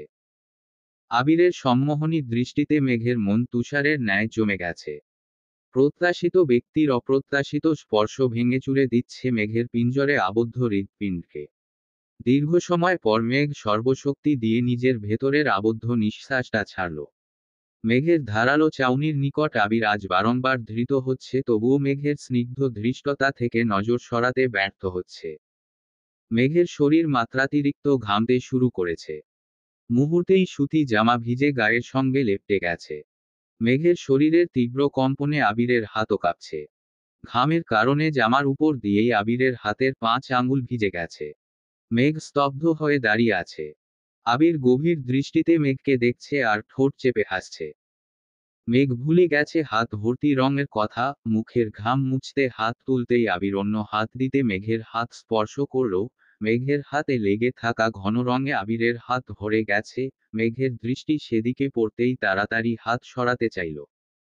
ততক্ষণে আবিরের 5 আঙ্গুলে মেঘের আঙুলগুলো বন্দী হয়ে গেছে। মেঘ সুদীর্ঘ সময় নিয়ে শ্বাস ছেড়ে আর্তনাদ করে বলতে নিল, আমাকে ছা। আবির মেঘের হাত ছেড়ে এক আঙ্গুলে মেঘের ঠোঁট স্পর্শ করেছে। মেঘ সহসা নিশ্চুপ হয়ে গেছে। আবিরের আঙুলের রং মেঘের ঠোঁটে লেগে গেছে। মৃদু বাতাসে মেঘের চুলগুলো হালকা ভাবে উড়ছে। ভেতরের কম্পনে মেঘের সেদিকে খেয়াল নেই।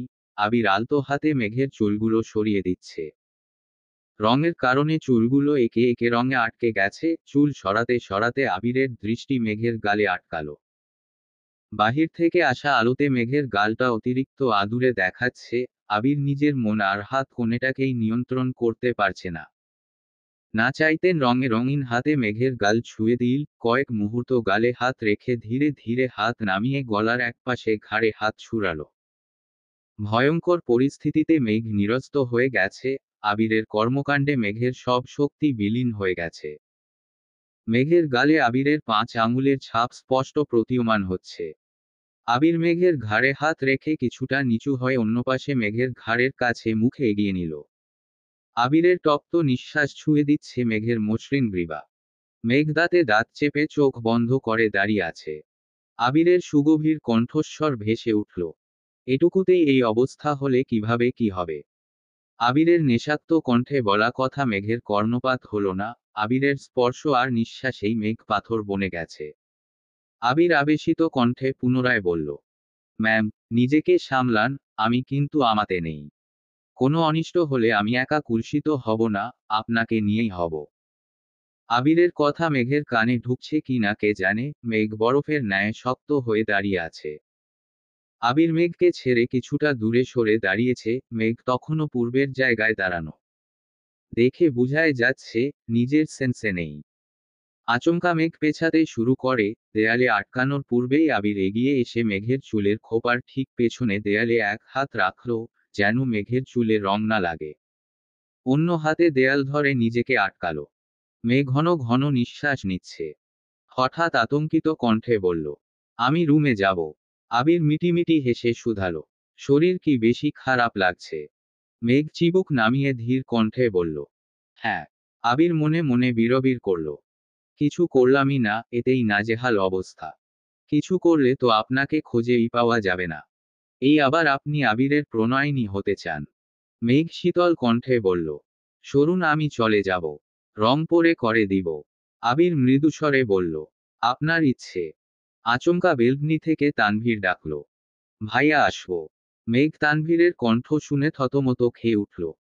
গুটিসুটি মেরে দাঁড়িয়ে আছে, চোখে মুখে আতঙ্কের ছাপ। মেঘ উদ্বিগ্ন কণ্ঠে বলল, ভাইয়া আসছে, সরুন প্লিজ। আবির ভ্রু কুঁচকে শক্ত কণ্ঠে বলল, তোর ভাইকে কি আমি ভয় পাই নাকি? আবির তানভীরকে উদ্দেশ্য করে উচ্চ স্বরে বলল, না, ব্যস্ত আছি। তুমি যেগুলো আনতে বলছিলে সেগুলো নিয়ে আসছি। তোর কাছে রাখো, পরে দেখে নিয়ে আসবো। আমি আবার বেরিয়ে যাব, ফিরতে রাত হবে। তোমার রুমে রেখে যায়। আবির বিরক্তি ভরা কণ্ঠে বলল, উফ উফ, রেখে যা। মেঘ উপায় না পেয়ে আবিরের প্রশস্ত বুকে নিজেকে আড়াল করার চেষ্টা করল, ভয়ে চোখ বন্ধ করে রেখেছে। তানভীর বিছানায় কিছু কাগজ আর 23টা বক্স রাখতে রাখতে বলল, তোমার। বলতেই মেঘকে অল্পবিস্তর চুপ করে গেল। কপাল গুটিয়ে আবিরের দিকে তাকিয়ে তড়িঘড়ি করে কান হাত দিয়ে বিড়বিড় করে, সরি, বলল। আবির চোখে ইশারা করতেই তৎক্ষণাৎ নিজের মাথায় চাপড় মারতে মারতে বেরিয়ে যাচ্ছে। যেতে যেতে দরজাটাও চাপিয়ে রেখে গেছে। তানভীর নিজের কপাল চাপড়ে বেকুনিতে হাঁটছে আর বলছে, ছি তানভীর, ছি। তুই এত নির্লজ্জ কেন? চলবে। গল্প, আমৃত্যু ভালোবাসি তোকে। লেখনীতে